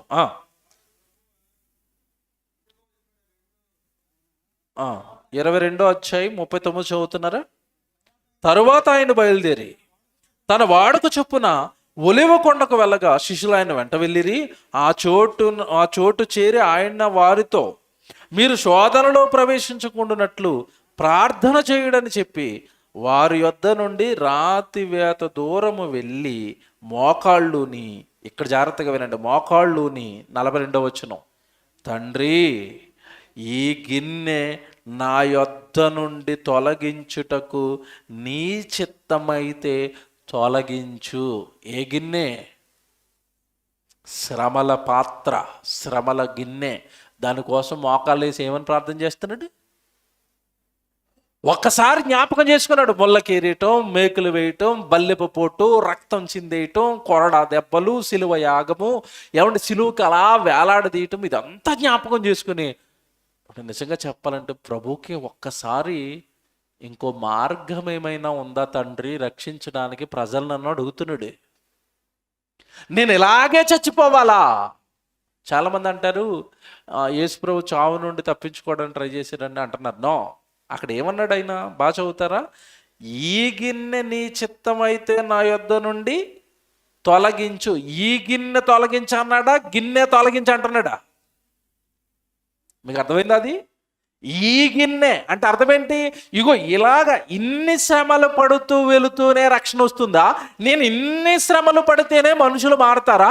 ఇంకో మార్గం ఏమైనా ఉందా? ఇంకో చావు ఏదైనా ఉందా తండ్రి అని అడుగుతున్నాడు. ఈ గిన్నె అంటే అర్థం ఏంటంటే, ఏమంటే మనకి ఎవరో ఇంటికి వెళ్ళినప్పుడు భోజనం పెట్టారు, భోజనం పెడుతున్నప్పుడు గిన్నె చూసేసరికి కొంచెం బాగోలేదు, మరకలు ఉన్నాయి. అప్పుడు ఏమంటాం చెప్పండి? మనం గిన్నె బాగోలేదు కనుక భోజనం మానేస్తావా? గిన్నె మార్చమంటావా? ఈ గిన్నె మార్చండి, కొంచెం బాగలేదు. యేసుప్రభు అదే అడుగుతున్నాడు, తండ్రి నీ చిత్తం అయితే ఈ గిన్నె నా యొద్ద నుండి, నేను ఇలాగే చచ్చిపోవాలా? ఇలాగే చచ్చిపోవాలా? మేకులు వేయించుకోవాలా? మొలకిరీటం పెట్టించుకోవాలా? ఇలా చచ్చిపోతేనే మారతారా తండ్రి? ఇంకో మార్గం ఏమైనా ఉందా అన్నాడు. వెంటనే ఏమన్నాడు తెలుసా యేసుప్రభు? వెంటనే ఏమన్నాడు తెలుసండి? వద్దురా ప్రభువా, నా చిత్తం కాదు, నీ చిత్తమే జరగాలి, నీ ఇష్టమే జరగాలి. నేను ఇలా చచ్చిపోతేనే మనిషి మారతాడు అంటే ఐఎమ్ రెడీ అన్నాడు. ఏమంటే మీరు ఆలోచిస్తున్నారు లేదో, యేసు ప్రభు కూడా గిన్నెను చూడగానే మానవ దేహంలో ఉన్నాడు కదండి, ఒకంత ఆయన కూడా ఏమేసింది? భయం. అది చూసారా మీరు? అది భయం కాకపోతే ఏంటండి? ఆ చావు ఏంటండి? అది ఆ కష్టాలు ఏంటండి అవి? ఎప్పుడైతే ఒక్కసారి ఆ శిలువ యాగాన్ని తలుచుకున్నాడోనండి, రక్తం చెమటగా బయటకు వెళ్ళిపోయింది. భయం, ఆందోళన, రక్షణ. ఎందుకంటే ఈ శిలువ యాగం మీదే కొన్ని కోట్ల మంది నిత్య జీవం ఆధారపడింది. ఆ ఒక్క శిలువ యాగం మీద, ఆ ఒక్క చావుతో కొన్ని కోట్ల మంది పరలోకపు ఎంట్రన్స్, పరలోకానికి ఆహ్వానం, అదంతా కూడా ఈ చావు మీద ముడిపడింది. కిందకి చదవండి, ఎంత ఆశ్చర్యం అంటేనండి ఆ మాట. నా ఇష్టం అయినను నా ఇష్టము కాదు, నీ చిత్తమే సిద్ధించును కాక అని ప్రార్థించాను. 43, అప్పుడు పరలోకము నుండి ఒక దూత ఆయనకు కనబడి ఆయనను బలపరిచెను. దూత వచ్చి బలపరుస్తుందట యేసుప్రభుని. ఇది కూడా శిలువ యాగానికి వెళుతున్నాడు కదా, ధైర్యపరుస్తున్నారు, బలపరుస్తున్నారు. మహాకార్యం కదండి అది శిలువ యాగం, ప్రాణత్యాగం. చెప్తాడు తర్వాత చూడండి, బలపరిచెను. ఆయన వేదన పడి మరింత ఆతురముగా ప్రార్థన చేయగా ఆయన చెమట నేలను పడుచున్న గొప్ప రక్తపు బిందువుల బలే ఆయను. ఏమొచ్చేసిందంటే యేసుప్రభుకు శిలువ యాగానికి ముందు ఏం పడుతున్నాడట? వేదన, ఆతురత.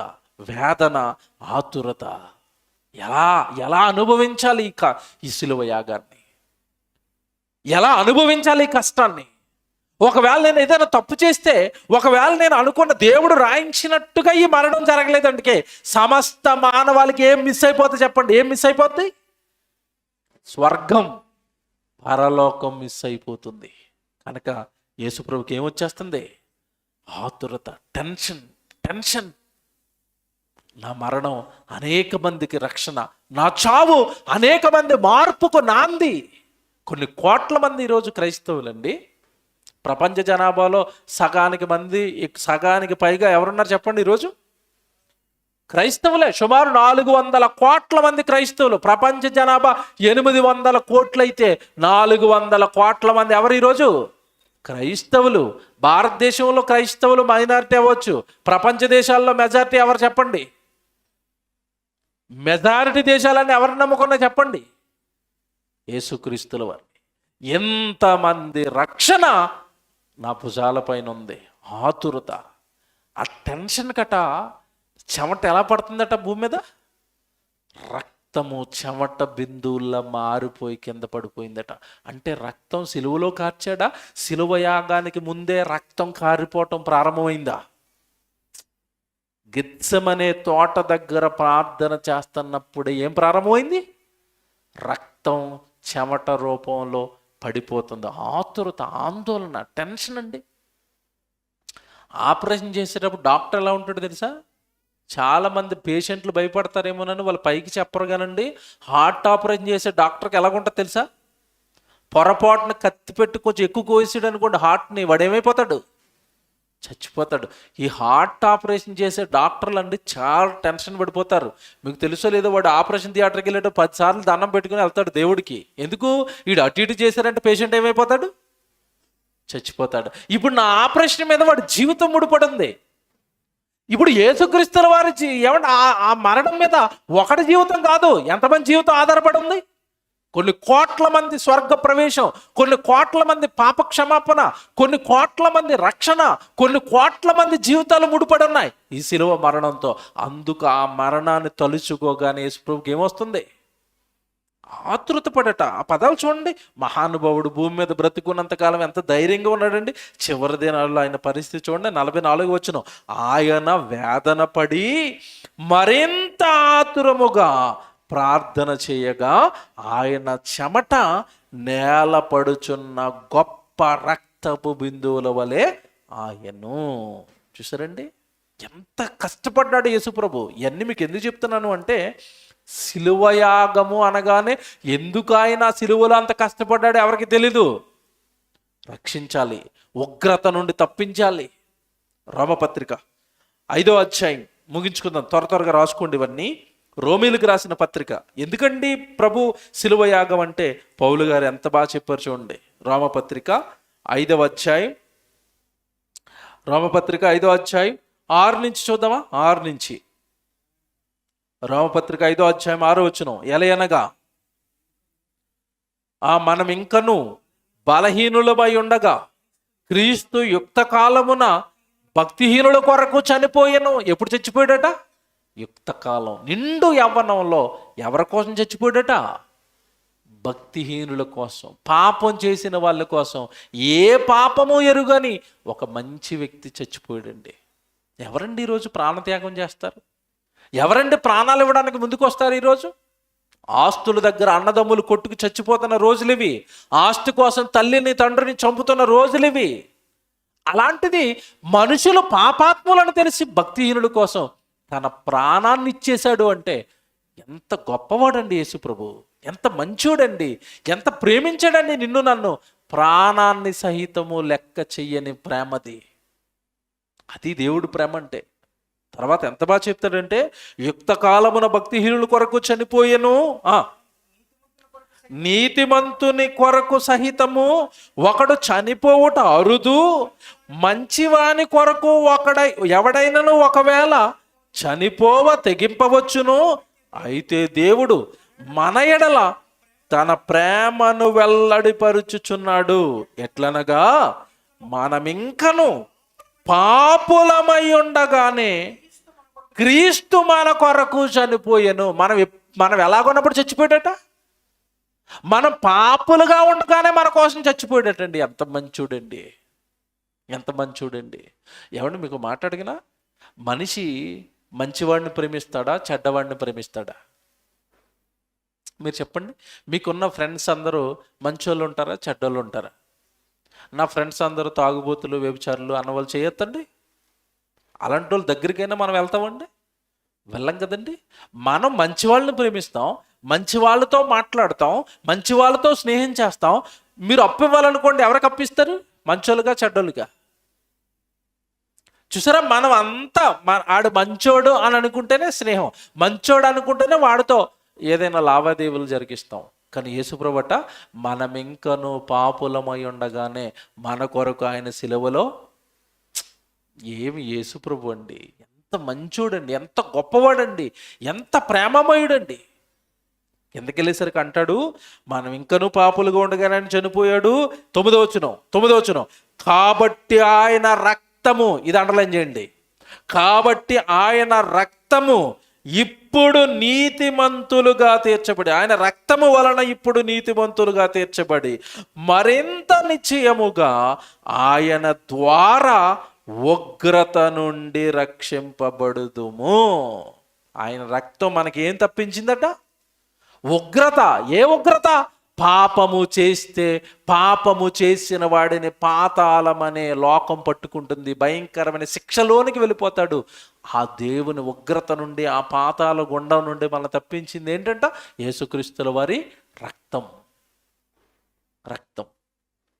మీకు మాట్లాడుతానండి, యేసుక్రీస్తుల వారి రక్తం అంతా ఎవరికి ఉపయోగపడింది? ఎవరికి ఉపయోగపడింది?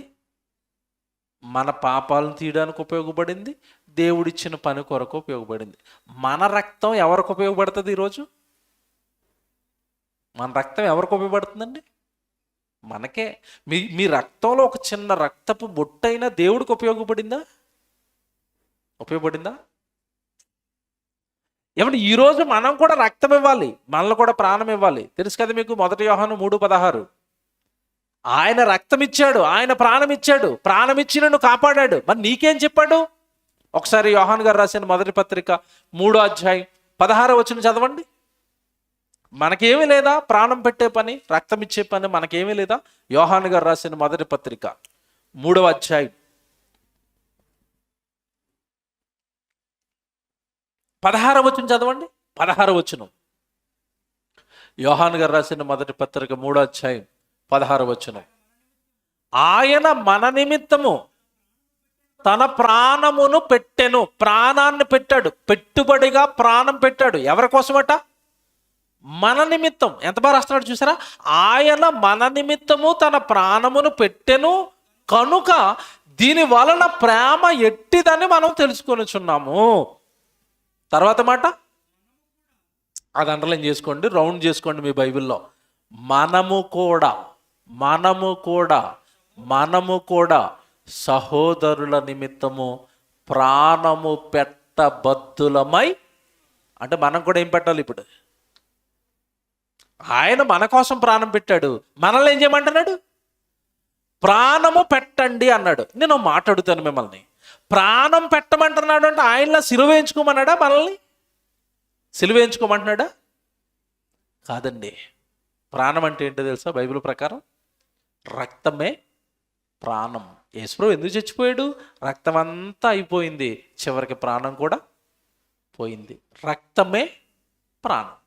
ఇప్పుడు మీరు కూడా మీ సహోదరుల నిమిత్తం ప్రాణం పెట్టాలి అంటే అర్థం ఏంటంటే, మీ రక్తము సేవ నిమిత్తము, సహోదరుడి రక్షణ నిమిత్తము ఖర్చు అవ్వాలి. యేసుక్రీస్తుల వారి రక్తం నిన్ను కాపాడడానికి ఖర్చు అయింది, నీ రక్తం మరొకరిని దేవుడిలోనికి నడిపించడానికి ఖర్చు అవ్వాలి. ఏమంటే ఎలాగండి మా రక్తాన్ని ఖర్చు పెడతాం దేవుడికి అంటారేమో. చెప్తాను ఇప్పుడు, జాగ్రత్తగా వినండి. ఈ 3 రోజుల సభలు జరుగుతున్నాయి కదండి. 3 రోజుల సభలు ఏమంటే ఉదయం భోజనాలు చేస్తున్నారు, రాత్రి భోజనాలు చేస్తున్నారు, మాకు భోజనం పెడుతున్నారు, మేము ఉండడానికి ఒక లాడ్జ్ తీసుకున్నారు, సౌండ్ సిస్టమ్ పెట్టాలి, మేము రావడానికి వెళ్ళడానికి ఛార్జీలు పెట్టాలి. కొన్ని వేల రూపాయలు ఖర్చు అవుతుందండి 3 రోజులకి. ఈ వేల రూపాయల ఖర్చు తిమోతి అన్న కుటుంబం పెట్టుకుంది. అలాగే హైదరాబాద్ నుంచి వచ్చిన ఒక 2 కుటుంబాలు ఉన్న తల్లిగారు మన మధ్యలో ఉన్నారు, వాళ్ళ ఫ్యామిలీ హెల్ప్ చేశారట. ఏమంటే వాళ్ళ తిమోతి అనే వాళ్ళ రిలేటివ్స్ ఉంటే వాళ్ళ ఫ్యామిలీ హెల్ప్ చేశారట. ఎవరో 2 తమ్ముళ్ళు హెల్ప్ చేశారట. దేవుడి కోసం మీరు కార్యం పెడుతున్నారు కదన్నా, ఇదిగో మా ఆర్థిక సహాయాన్ని మేము ఇస్తాం, మీరు సభల కోసం ఖర్చు పెట్టండి అని వాళ్ళు కష్టార్జితాన్ని ఇచ్చారట. ఇక్కడ మాట చెప్తాను, మీరు బాగా వినండి. మొదటి యోహాను 3:16 ఉంది కదా, మీ సహోదరుల నిమిత్తం మీరు ఏం చేయాలి? ప్రాణం పెట్టాలని.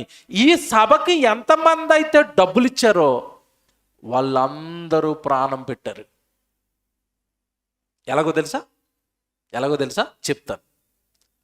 ప్రాణం అంటే ఏం చెప్పింది బైబిల్? ఆదికాండం 9:4 ఉంటుంది, మీ రక్తమే ప్రాణం. రక్తమే ప్రాణమైనప్పుడు ప్రాణం పెట్టడం అంటే మీ రక్తాన్ని ఖర్చు చేయండి అని అర్థం. Okay, very good. ఇప్పుడు ఈ సభకి డబ్బులు ఇచ్చినవి చూశారు కొన్ని కుటుంబాలు. వాళ్ళకి ఆ డబ్బులు ఎలా వస్తాయి? ఏదో ఒక పనికి వెళితే వస్తాయి. ఓకే, పనికి వెళితే డబ్బులు వస్తాయి. పని చేస్తున్నప్పుడు ఏం ఖర్చు అయిపోద్ది తెలుసా మీకు? ఏం ఖర్చు అవుతుంది? పని చేస్తున్నప్పుడు చెమట పట్టేస్తుందంటే ఏంటనుకున్నారా? చెమట, రక్తము ఖర్చు అయిపోయింది. రక్తము ఖర్చు పెడితే చెమట, రక్తము ఖర్చు పెడితే శరీరం పనిచేస్తుంది. శరీరం పనిచేస్తుందంటే రక్తం ఖర్చు అయిపోద్ది. రక్తము ఖర్చు అయిపోతే, శ్రమ పడితే, కష్టపడితే డబ్బులు వచ్చాయి.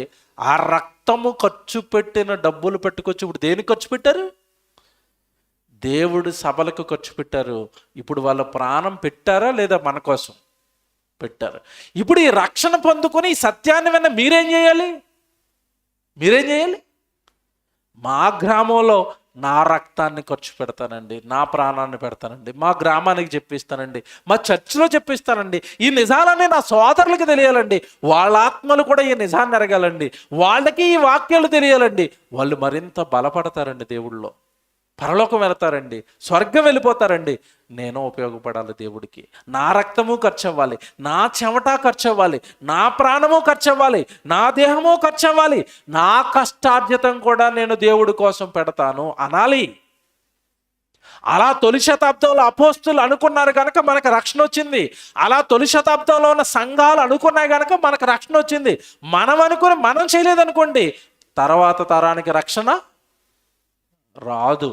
మనతో ఆగిపోతుంది ఈ రక్షణ, మనతో ఆగిపోతుంది ఈ వాక్యం, నీతో ఆగిపోతుంది. నీ పిల్లలకొద్దా, నీ పిల్లలకొద్దా, నీ రక్త బంధువులకి, నీకు రక్త బంధువులు చాలా మంది ఉన్నారు కదా, వాళ్ళందరికీ ఈ సువార్త వెళ్ళొద్దా, ఈ రక్షణ వెళ్ళొద్దా? వాళ్ళు రావద్దా దేవుళ్ళలోనికి? వాళ్ళు రాకపోతే వాళ్ళ వెనకాల ఉన్న కుటుంబాలన్నీ నాశనానికి వెళ్ళిపోతాయి కదా. ఎప్పుడైనా ఆలోచిస్తున్నారా? తీక్షణగా రక్షణ గురించి ఎప్పుడైనా ఇలా ఆలోచిస్తున్నారా మీరు? ప్రభు చచ్చిపోయాడు, నాకు రక్షణ వచ్చింది అంటున్నావు తప్ప ఆ రక్షణ నువ్వు తీసుకెళ్ళాలి. అదే ఇక్కడ మీరు ఇంత చదువుకున్న మాట. ప్రభు మీకోసం, మీ నిమిత్తం ప్రాణం పెట్టాడు. మీరు మీ సహోదరుల నిమిత్తం ఏం చేయాలి? ప్రాణం పెట్టాలి. ఎంతమంది సిద్ధపడుతున్నారండి ఈరోజు దేవుడి కోసం ప్రాణం పెట్టడానికి? ఎంతమంది సిద్ధంగా ఉన్నారు మీరు చెప్పండి? ఎంతమంది మీ రక్తాన్ని, ఎంతమంది మీ కష్టార్జితాన్ని దేవుడి కోసం ఖర్చు పెడుతున్నారు? పిల్లరా, రక్షణ పొందుకున్నాము అంటే సరిపోదు. పొందుకున్న రక్షణను మనం అనేక మంది దగ్గరికి ఏం చేయాలి? తీసుకుని వెళ్ళాలి, సువార్త ప్రకటించాలి. బైబిల్లో రాయబడిన మీ అందరికీ తెలుసు. ఏమన్నాడు అంటే, మీరు సర్వలోకమునకు వెళ్ళి సర్వ సృష్టికి మీరు ఏం చేయాలి? సువార్తను ప్రకటించండి అన్నాడు. సువార్త ప్రకటింపబడాలి అంటే మన కష్టం ఖర్చు అయిపోవాలి, మన దేహం ఖర్చు అయిపోవాలి, మన ఆరోగ్యం ఖర్చు అయిపోవాలి.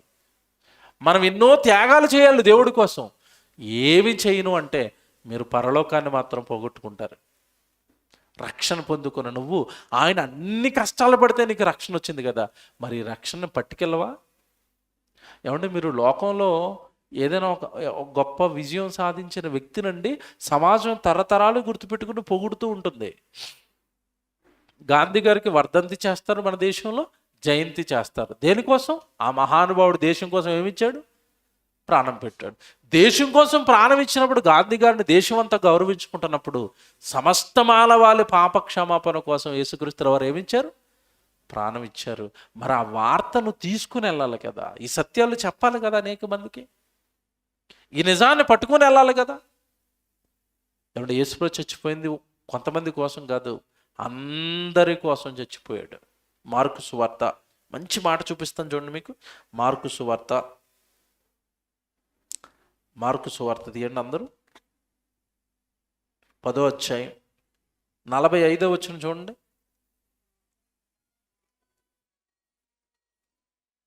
మార్కు సువార్త 10వ అధ్యాయం 45వ వచనం. మనుష్య కుమారుడు పరిచారము చేయించుకొనుటకు రాలేదు కానీ పరిచారము చేయుటకును, ఈ పదవంటలు ఏం చేసుకోండి, ఏటట అనేకులకు ప్రతిగా విమోచన క్రయధనముగా తన ప్రాణమును ఇచ్చుటకు వచ్చాడు. ఎందుకు ఇచ్చాడట ప్రాణం? అనేకులకు ప్రతిగా, అనేకులకు ప్రతిగా విమోచన క్రయధనం. విమోచించాలి, పాపము నుండి విమోచించాలి, భయంకరమైన నిత్యాగ్ని దండం నుండి అనేకులను విమోచించాలి. రక్షణ అయితే సిద్ధం చేసాడండి అందరి కోసం. కానీ ఈ రక్షణ తీసుకుని వెళ్ళాల్సింది ఎవరు? మనమేనండి. మనం ఇంట్లో ఉండిపోతే ఎలాగా? మనం ఆదివారం ఆరాధన చేసుకుని నేను భక్తుడిని నువ్వు ఆదివారం ఆరాధన దగ్గర ఆగిపోతే ఎలాగా? నేను నా కుటుంబానికి రక్షణ వచ్చింది, నాకు రక్షణ వచ్చింది చాలు అనుకుంటే నువ్వు ఎలాగా? నీకు లేదా సువార్త భారం, బాధ్యత, ఆత్మల పట్ల నశించిపోతాను ఈ ఆత్మల పట్ల భారం కలిగి ఉండవా? అందరి కోసం చచ్చిపోయాడు కదా. ఈ వచనం మీకు ఎందుకు చూపించారంటే అనేకుల కొరకు నేను చచ్చిపోయాను అన్నాడు. ఆ అనేకులకు ఈ రక్షణ పట్టుకెళ్ళవలసిన బాధ్యత ఆయన్ను నమ్మిన వారుగా మన మీద దేవుడు మోపాడు కదా. ఏది నీ బాధ్యత? నువ్వు ఎక్కడ నెరవేరుస్తున్నావు? నాకు చాలా ఆశ్చర్యం ఏంటంటే ఈ కార్యక్రమం జరిపిస్తున్న వాళ్ళందరూ కూడా ఎక్కడో బెంగళూరులో ఉన్న అన్నయ్య వాళ్ళు డబ్బులు వేసుకుంటున్నారు, ఎక్కడో హైదరాబాద్లో ఉన్న వాళ్ళు డబ్బులు వేసుకుని దేవుడి కోసం కార్యక్రమాలు జరిగిస్తున్నారు. అంటే ఇదిగో దేవుడి మాటలు కొద్దిమందికైనా చెప్పాలి, కొద్దిమందినైనా రక్షణలోనికి నడిపించాలి. చివరిగా మాట చెప్తాను, చివరి రెఫరెన్స్ ఇది. అసలు మనల్ని రక్షించుకున్నది, రక్షణలోనికి మనల్ని నడిపించింది మనం రక్షణ పొందుకొని చచ్చిపోతామని కాదు. అలాగైతే ఒక ఉపమానం చెప్పాడు, తలాంతుల ఉపమానం. మీకు తెలుసు కదా తలాంతుల ఉపమానం? తెలుసా మీకు? ఆ తలాంతుల ఉపమానంలో ఒకడు చివరికి శిక్షించిన వాడు ఏం చేశాడు చెప్పండి? వాడికి ఇచ్చిన తలాంతును వాడు ఏం చేశాడు? భూమిలో దాచిపెట్టాడట. అప్పుడు వాడి గురించి అన్న మాట ఏంటి? వాడిని ఎక్కడ వేశాడు? నిత్యాగ్ని దండంలో వేశాడు. నువ్వు ఎందుకురా ఫలించలేదు? ఎందుకురా ఈ తలాంతును ఉపయోగించి అనేక మందికి నా గురించి చెప్పలేదు అన్నాడు. మీ బంధువుల గురించి, మీ స్నేహితుల గురించి, మీ గ్రామాల గురించి, మీకు తెలిసిన వాళ్ళ రక్షణ గురించి ఒక్కసారి రాత్రి మీరు ఆలోచించిన. అంతలాగా బాధలు పడి చచ్చిపోయిన ప్రభు రక్షణను పట్టుకెళ్ళాలి కదా. అసలు మనల్ని రక్షించుకున్నదే ఈ పని కొరకే. సువార్త పని చేస్తామని నిన్ను నన్ను రక్షించాడు. బైబిల్లో ఆ మాట చదివించి ముగించేస్తాను. తీతుకు రాసిన పత్రిక అందరు తీసుకోండి. ఇది దయచేసి నేను కన్నడలో కూడా చదివిస్తాను ఇప్పుడు. ఇది తీతుకు రాసిన పత్రిక 2వ అధ్యాయం. ఏమంటే అందరూ తిమోతి పత్రికలు 2 పత్రికలు అయిపోయిన తర్వాత ఉంటుంది పత్రిక. తీతుకు పత్రిక అని 3 అధ్యాయాలు ఉంటాయి. అందులో 2వ అధ్యాయం మీరు చూడండి, 14 వచ్చి చదువుదాం. అందరు తీసుకోండి, బైబిల్ అందరు చూడాలి, ఈ చివరి వచనం అందరూ చూడాలి. తీతుకు రాసిన పత్రిక 2వ అధ్యాయం 14వ వచనం. ఆయన సమస్తమైన దుర్నీతి నుండి ఇదిగో మనలను విమోచించి సత్క్రియలయందు ఆసక్తి కలిగిన ప్రజలను తన కోసము పవిత్రపరచుకొని తనకు సొత్తుగా చేసుకొనుటకు తన్ను తానే మన కొరకు అర్పించుకొనెను. అమ్మ కన్నడలో చదువుతుంది, జాగ్రత్తగా వినండి. అమ్మ గట్టిగా చదవరా కన్నడలో.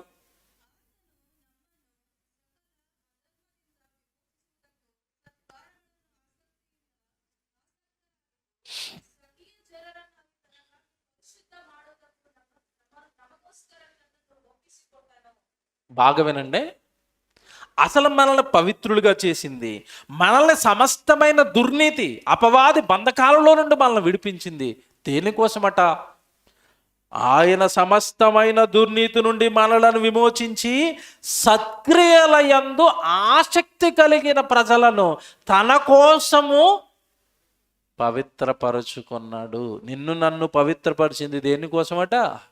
సత్క్రియలయందు ఆసక్తి కలిగి ఉంటామని. సత్క్రియలు అంటే ఏంటి చెప్పాను కదా నిన్న, సువార్త పని. ఈరోజు ఉదయకాలంలో పాఠం చెప్పాను. సత్క్రియలు అంటే ఏంటి? సువార్త పని నువ్వు చేస్తావని నిన్ను ఈ ఈ పనిలోనికి నిన్ను అపాయింట్మెంట్ చేసుకున్నాడు. నీకు రక్షణ ఇచ్చింది ఆయన గురించి బ్రతుకుతావని, సువార్త ప్రకటిస్తావని, కనీసం ప్రకటించే వాళ్ళకి సహాయం చేస్తావని. ప్రకటించే వాళ్ళ దగ్గరికి వెళ్ళండి. ఇప్పుడు ఈ కుటుంబం ఒక 4-3 కుటుంబాలు కలిసి ఈ కార్యాన్ని చేస్తున్నాయి. వాళ్ళ దగ్గరికి వెళ్ళి, అన్నయ్య మీరు కార్యం పెట్టారు కదా, ఈసారి ఇంకొక కార్యం పెట్టండి. వచనాలన్నీ మీరు ఆలోచించండి. మిమ్మల్ని తన వైపు నడిపించుకున్నది మీరు పని చేస్తారని కదా. ఏమంటే ఏ కంపెనీ అయినా ప్రజల్ని దేనికోసం అపాయింట్మెంట్ చేసుకుంటారు చెప్పండి? దేనికోసం రిక్రూట్ చేసుకుంటారు? పని కోసం కదండి. మనల్ని దేవుడు పవిత్రపరుచుకుంటున్నది, మనల్ని తన యొద్దకు ఆకర్షించుకున్నది దేనికోసమట? సత్క్రియల యందు ఆసక్తి కలిగిన ప్రజలను తన కోసం ఏం చేశాడు? పవిత్రపరుచుకున్నాడు. ప్రియులారా, చివరికి దేవుడు చెప్పిన మాట ఒకటే, సజీవ యాగంగా మీ శరీరాలను ఆయనకు మీరు సమర్పించండి. అలా సమర్పించి ఈ శరీరాలతో, ఆయనకి ఇష్టమైన ఈ దేహాలతో ఆయన పనిని జరిగిద్దాం. అప్పుడే మీరు పొందుకున్న రక్షణకు ఒక విలువ, మీరు పొందుకున్న రక్షణకు ఒక భాగ్యం. మీరు కనీసం మీ జీవితకాలం అంతా ప్రయత్నించి ఎంతమంది రక్షణలోనికి మీరు నడిపిస్తారు? అలా నడిపించినప్పుడు ఆయన శిలువ యాగానికి మీరు న్యాయం చేసిన వల్ల అవుతారు. ఓకేనా? శిలువ యాగము వెనకొన్న చరిత్ర ఇది. ఎందుకు చచ్చిపోయాడు శిలువలు? అలాగంటే అంతకుముందు చాలా ప్రయత్నాలు చేశాడు మనుషులు మార్చడానికి, వాళ్ళు ఎవ్వరూ మారలేదు. ఇక చివరి ప్రయత్నంగా యేసుక్రీస్తుల వారిని శిలువలో యేసుక్రీస్తుల వారు చంపారు. ఒకవేళ ఈ బలిని చూసిన తర్వాత కూడా నేను పాపాన్ని మానేయను అన్నారు అనుకోండి, ఇక మీకు బలి లేదు అనేసాడు, అంతే. ఆ మాట చూస్తారా? హెబ్రీ పత్రిక 10వ అధ్యాయం 26 ముగింపు మాట చూడండి. హెబ్రీ పత్రిక 10వ అధ్యాయం 26వ వచనం చూడండి. హెబ్రీ పత్రిక 10వ అధ్యాయం 26వ వచనం, మనము సత్యమును గూర్చి అనుభవ జ్ఞానము పొందిన తరువాత, అది అండర్లైన్ చేసుకోండి. ఏ పాపమట? మనము సత్యమును గూర్చి అనుభవ జ్ఞానము పొందిన తర్వాత బుద్ధిపూర్వకముగా పాపము చేసిన ఎడల పాపములకు బలి ఇకను ఉండదు. యేసుక్రీస్తుల వారి బలే చివరి బలి. ఇక నీకేముండదట? బలి ఇకను ఉండదు. పాపానికి బలి ఇకను ఉండదు. ఏ పాపానికి అంటున్నాడు? బుద్ధిపూర్వక పాపం. అంటే యేసు ప్రభు దగ్గరికి వచ్చిన తర్వాత వ్యభిచారం పాపం అని నీకు తెలుసు. భయంకరమైన సినిమాలు చూడటం, బూత్ సినిమాలు చూడటం, దేవుడి కొరకు బ్రతకకపోవటం, బూతులు ఆడటం, సరసోక్తులు ఆడటం, బయట ఎవండి పాపాలు చేసేవారితో సాంగత్యం చేయటం, సహవాసం చేయటం, ఇవన్నీ తప్పులు, నేరాలు, పాపాలని నీకు తెలుసు. అయినా సరే ఆదివారం గుడికి వస్తావు, సోమవారం నుంచి నీ ఇష్టం వచ్చినట్టుగా నువ్వు పాపాలు చేస్తున్నావు. అలా బుద్ధిపూర్వకంగా నువ్వు పాపాలు చేస్తేనట, ఆ బుద్ధిపూర్వక పాపానికి ఏమి లేదట? బలి ఇకను ఉండదు. అంటే యేసుక్రీస్తుల వారి బలి కూడా ఇక నిన్నేం చేయదు? కాపాడదు, రక్షించదు. తొలిలో ఒక ఉదాహరణ చెప్పాను మీకు, షుగర్ గురించి. తక్కువగా ఉన్నప్పుడు చిన్న ట్యాబ్లెట్ వేసాడు, తగ్గింది. హై అయిపోయిన తర్వాత ఏమి ఇచ్చారు? ఇంజక్షన్ ఇచ్చారు. ఇంజక్షన్ వేసినా సరే తింటాం మానేలేదు అనుకోండి, ఇంజక్షన్ కాపాడుతుందా? చచ్చిపోతాడా? చచ్చిపోతాడు. అలాగే ప్రారంభంలో జంతు బలి ఆగలేదు, చివరికి తన కొడుకును బలేశాడు. అయినా ఆగవా? ఇంకా పాపాలు చేస్తావా? ఆ పాపాలకి ఏమి లేదట? No medicine. ఆ పాపాలకి ఇక బలి లేదు. యేసుక్రీస్తుల వారి బలే చివరి బలి. అది చూసి పాపం చేయకుండా ఆగుతావా? పరిశుద్ధంగా బ్రతుకుతావా? దేవుడు పని చేసుకుంటావా? హాయిగా స్వర్గానికి వెళతావు, పరలోకానికి వెళ్ళిపోతావు, దేవుడితో యుగయుగాలు ఉంటావు. నాకు ఈ లోకమే బాగుంది, ఈ లోకంలో ఉన్న పాపమే రుచిగా ఉంది అంటే మాత్రం నిత్యాగ్ని దండన ఏ వ్యక్తికి తప్పదు. కనుక మనం ఆలోచించుకోవాలి, మనం ఎలా ఉన్నాం, మనం ఏ పరిస్థితుల్లో ఉన్నాం. ఏమన్నా మాట చెప్పనండి నేను, మీరు పాపం చేయకుండా ఉండాలంటే మీకు ఒక చిన్న చిట్కా, సూత్రం చెప్తానండి. సూత్రం మీరు పాటించండి, మీరు చాలా బాగుంటారు. పాపం చేయకూడదు అంటే మనమండి దేవుడి పని పెట్టుకుంటే పాపం చేయమండి. మళ్ళా చెప్తాను, జాగ్రత్తగా వినండి. మనం దేవుడు పని పెట్టుకున్నాం అనుకోండి, మనం ఏం చేయడానికి అవకాశం ఉండదు? పాపం చేయడానికి అవకాశం. ఇప్పుడు ఈరోజు మేము ఉన్నామండి, ఈ 3 రోజులు ఇక్కడ ఉన్నాను. రేపు ఆదివారం ఆరాధన అయిపోయిన తర్వాత ఇంకో ఊరికి వెళ్ళిపోతాను, తర్వాత ఇంకో ఊరికి వెళ్ళిపోతాను, తర్వాత ఇంకో ఊరికి ఇలాగ ఊర్లు తిరుగుతుంటే సువార్త చేసుకుంటా నాకు పాపం చేయడానికి అవకాశం ఉంటుందా? ఎక్కడైనా అవకాశం ఉందా? ఛాన్స్ ఉందా? టైం ఉందా? లేదు. మీరు కూడా అలాగే ప్రతిరోజు ఏదో ఒక దేవుడు పని పెట్టుకోండి. మీరు తప్పు చేయడానికి, పాపం చేయడానికి అవకాశం ఎక్కడుంది? మీరు ఉదయం ఉద్యోగానికి వెళ్తున్నారా, సాయంత్రం వస్తున్నారా? సాయంత్రం పూట మీ ఇంట్లో ప్రార్థన పెట్టుకోండి, ప్రతిరోజు ప్రార్థన పెట్టుకోండి. మీ కుటుంబమే కూడుకోండి, పాటలు పాడుకోండి, బైబిల్ చదువుకోండి. లేదా మీ చుట్టుపక్కల ఎక్కడైనా ప్రార్థన అవుతుంటే అక్కడికి వెళ్ళిపోండి. బైబిల్ క్లాస్ అవుతుంటే బైబిల్ క్లాస్కి వెళ్ళిపోండి, అక్కడ బైబిల్ క్లాస్లో కూర్చోండి, దేవుడు వాక్యం నేర్చుకోండి. ఆ దేవుడు వాక్యం అయిపోతుంది, సాయంత్రం భోజనం చేస్తాం, పడుకుంటాం, తెల్లవారు లేచి మళ్ళీ ఎక్కడికి వెళ్ళిపోతాం? పనికి వెళ్ళిపోతాం. ఇలా మీరు ఎప్పుడు మీకున్న ఖాళీ టైంలో మీరు లోకం వైపు కాక దేవుని వైపు చూడండి.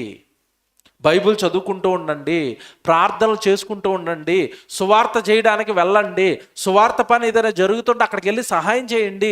ఇలా మీరు ఎప్పుడు దేవుడితో కనెక్ట్ అయిపోయి ఉన్నారంటే, దేవుడితో సహవాసంలోకి వెళ్ళిపోయారు అంటే మీరు ఏం చేయరు అంటే ఇక పాపం చేయడానికి మీకు అవకాశం ఉండదు.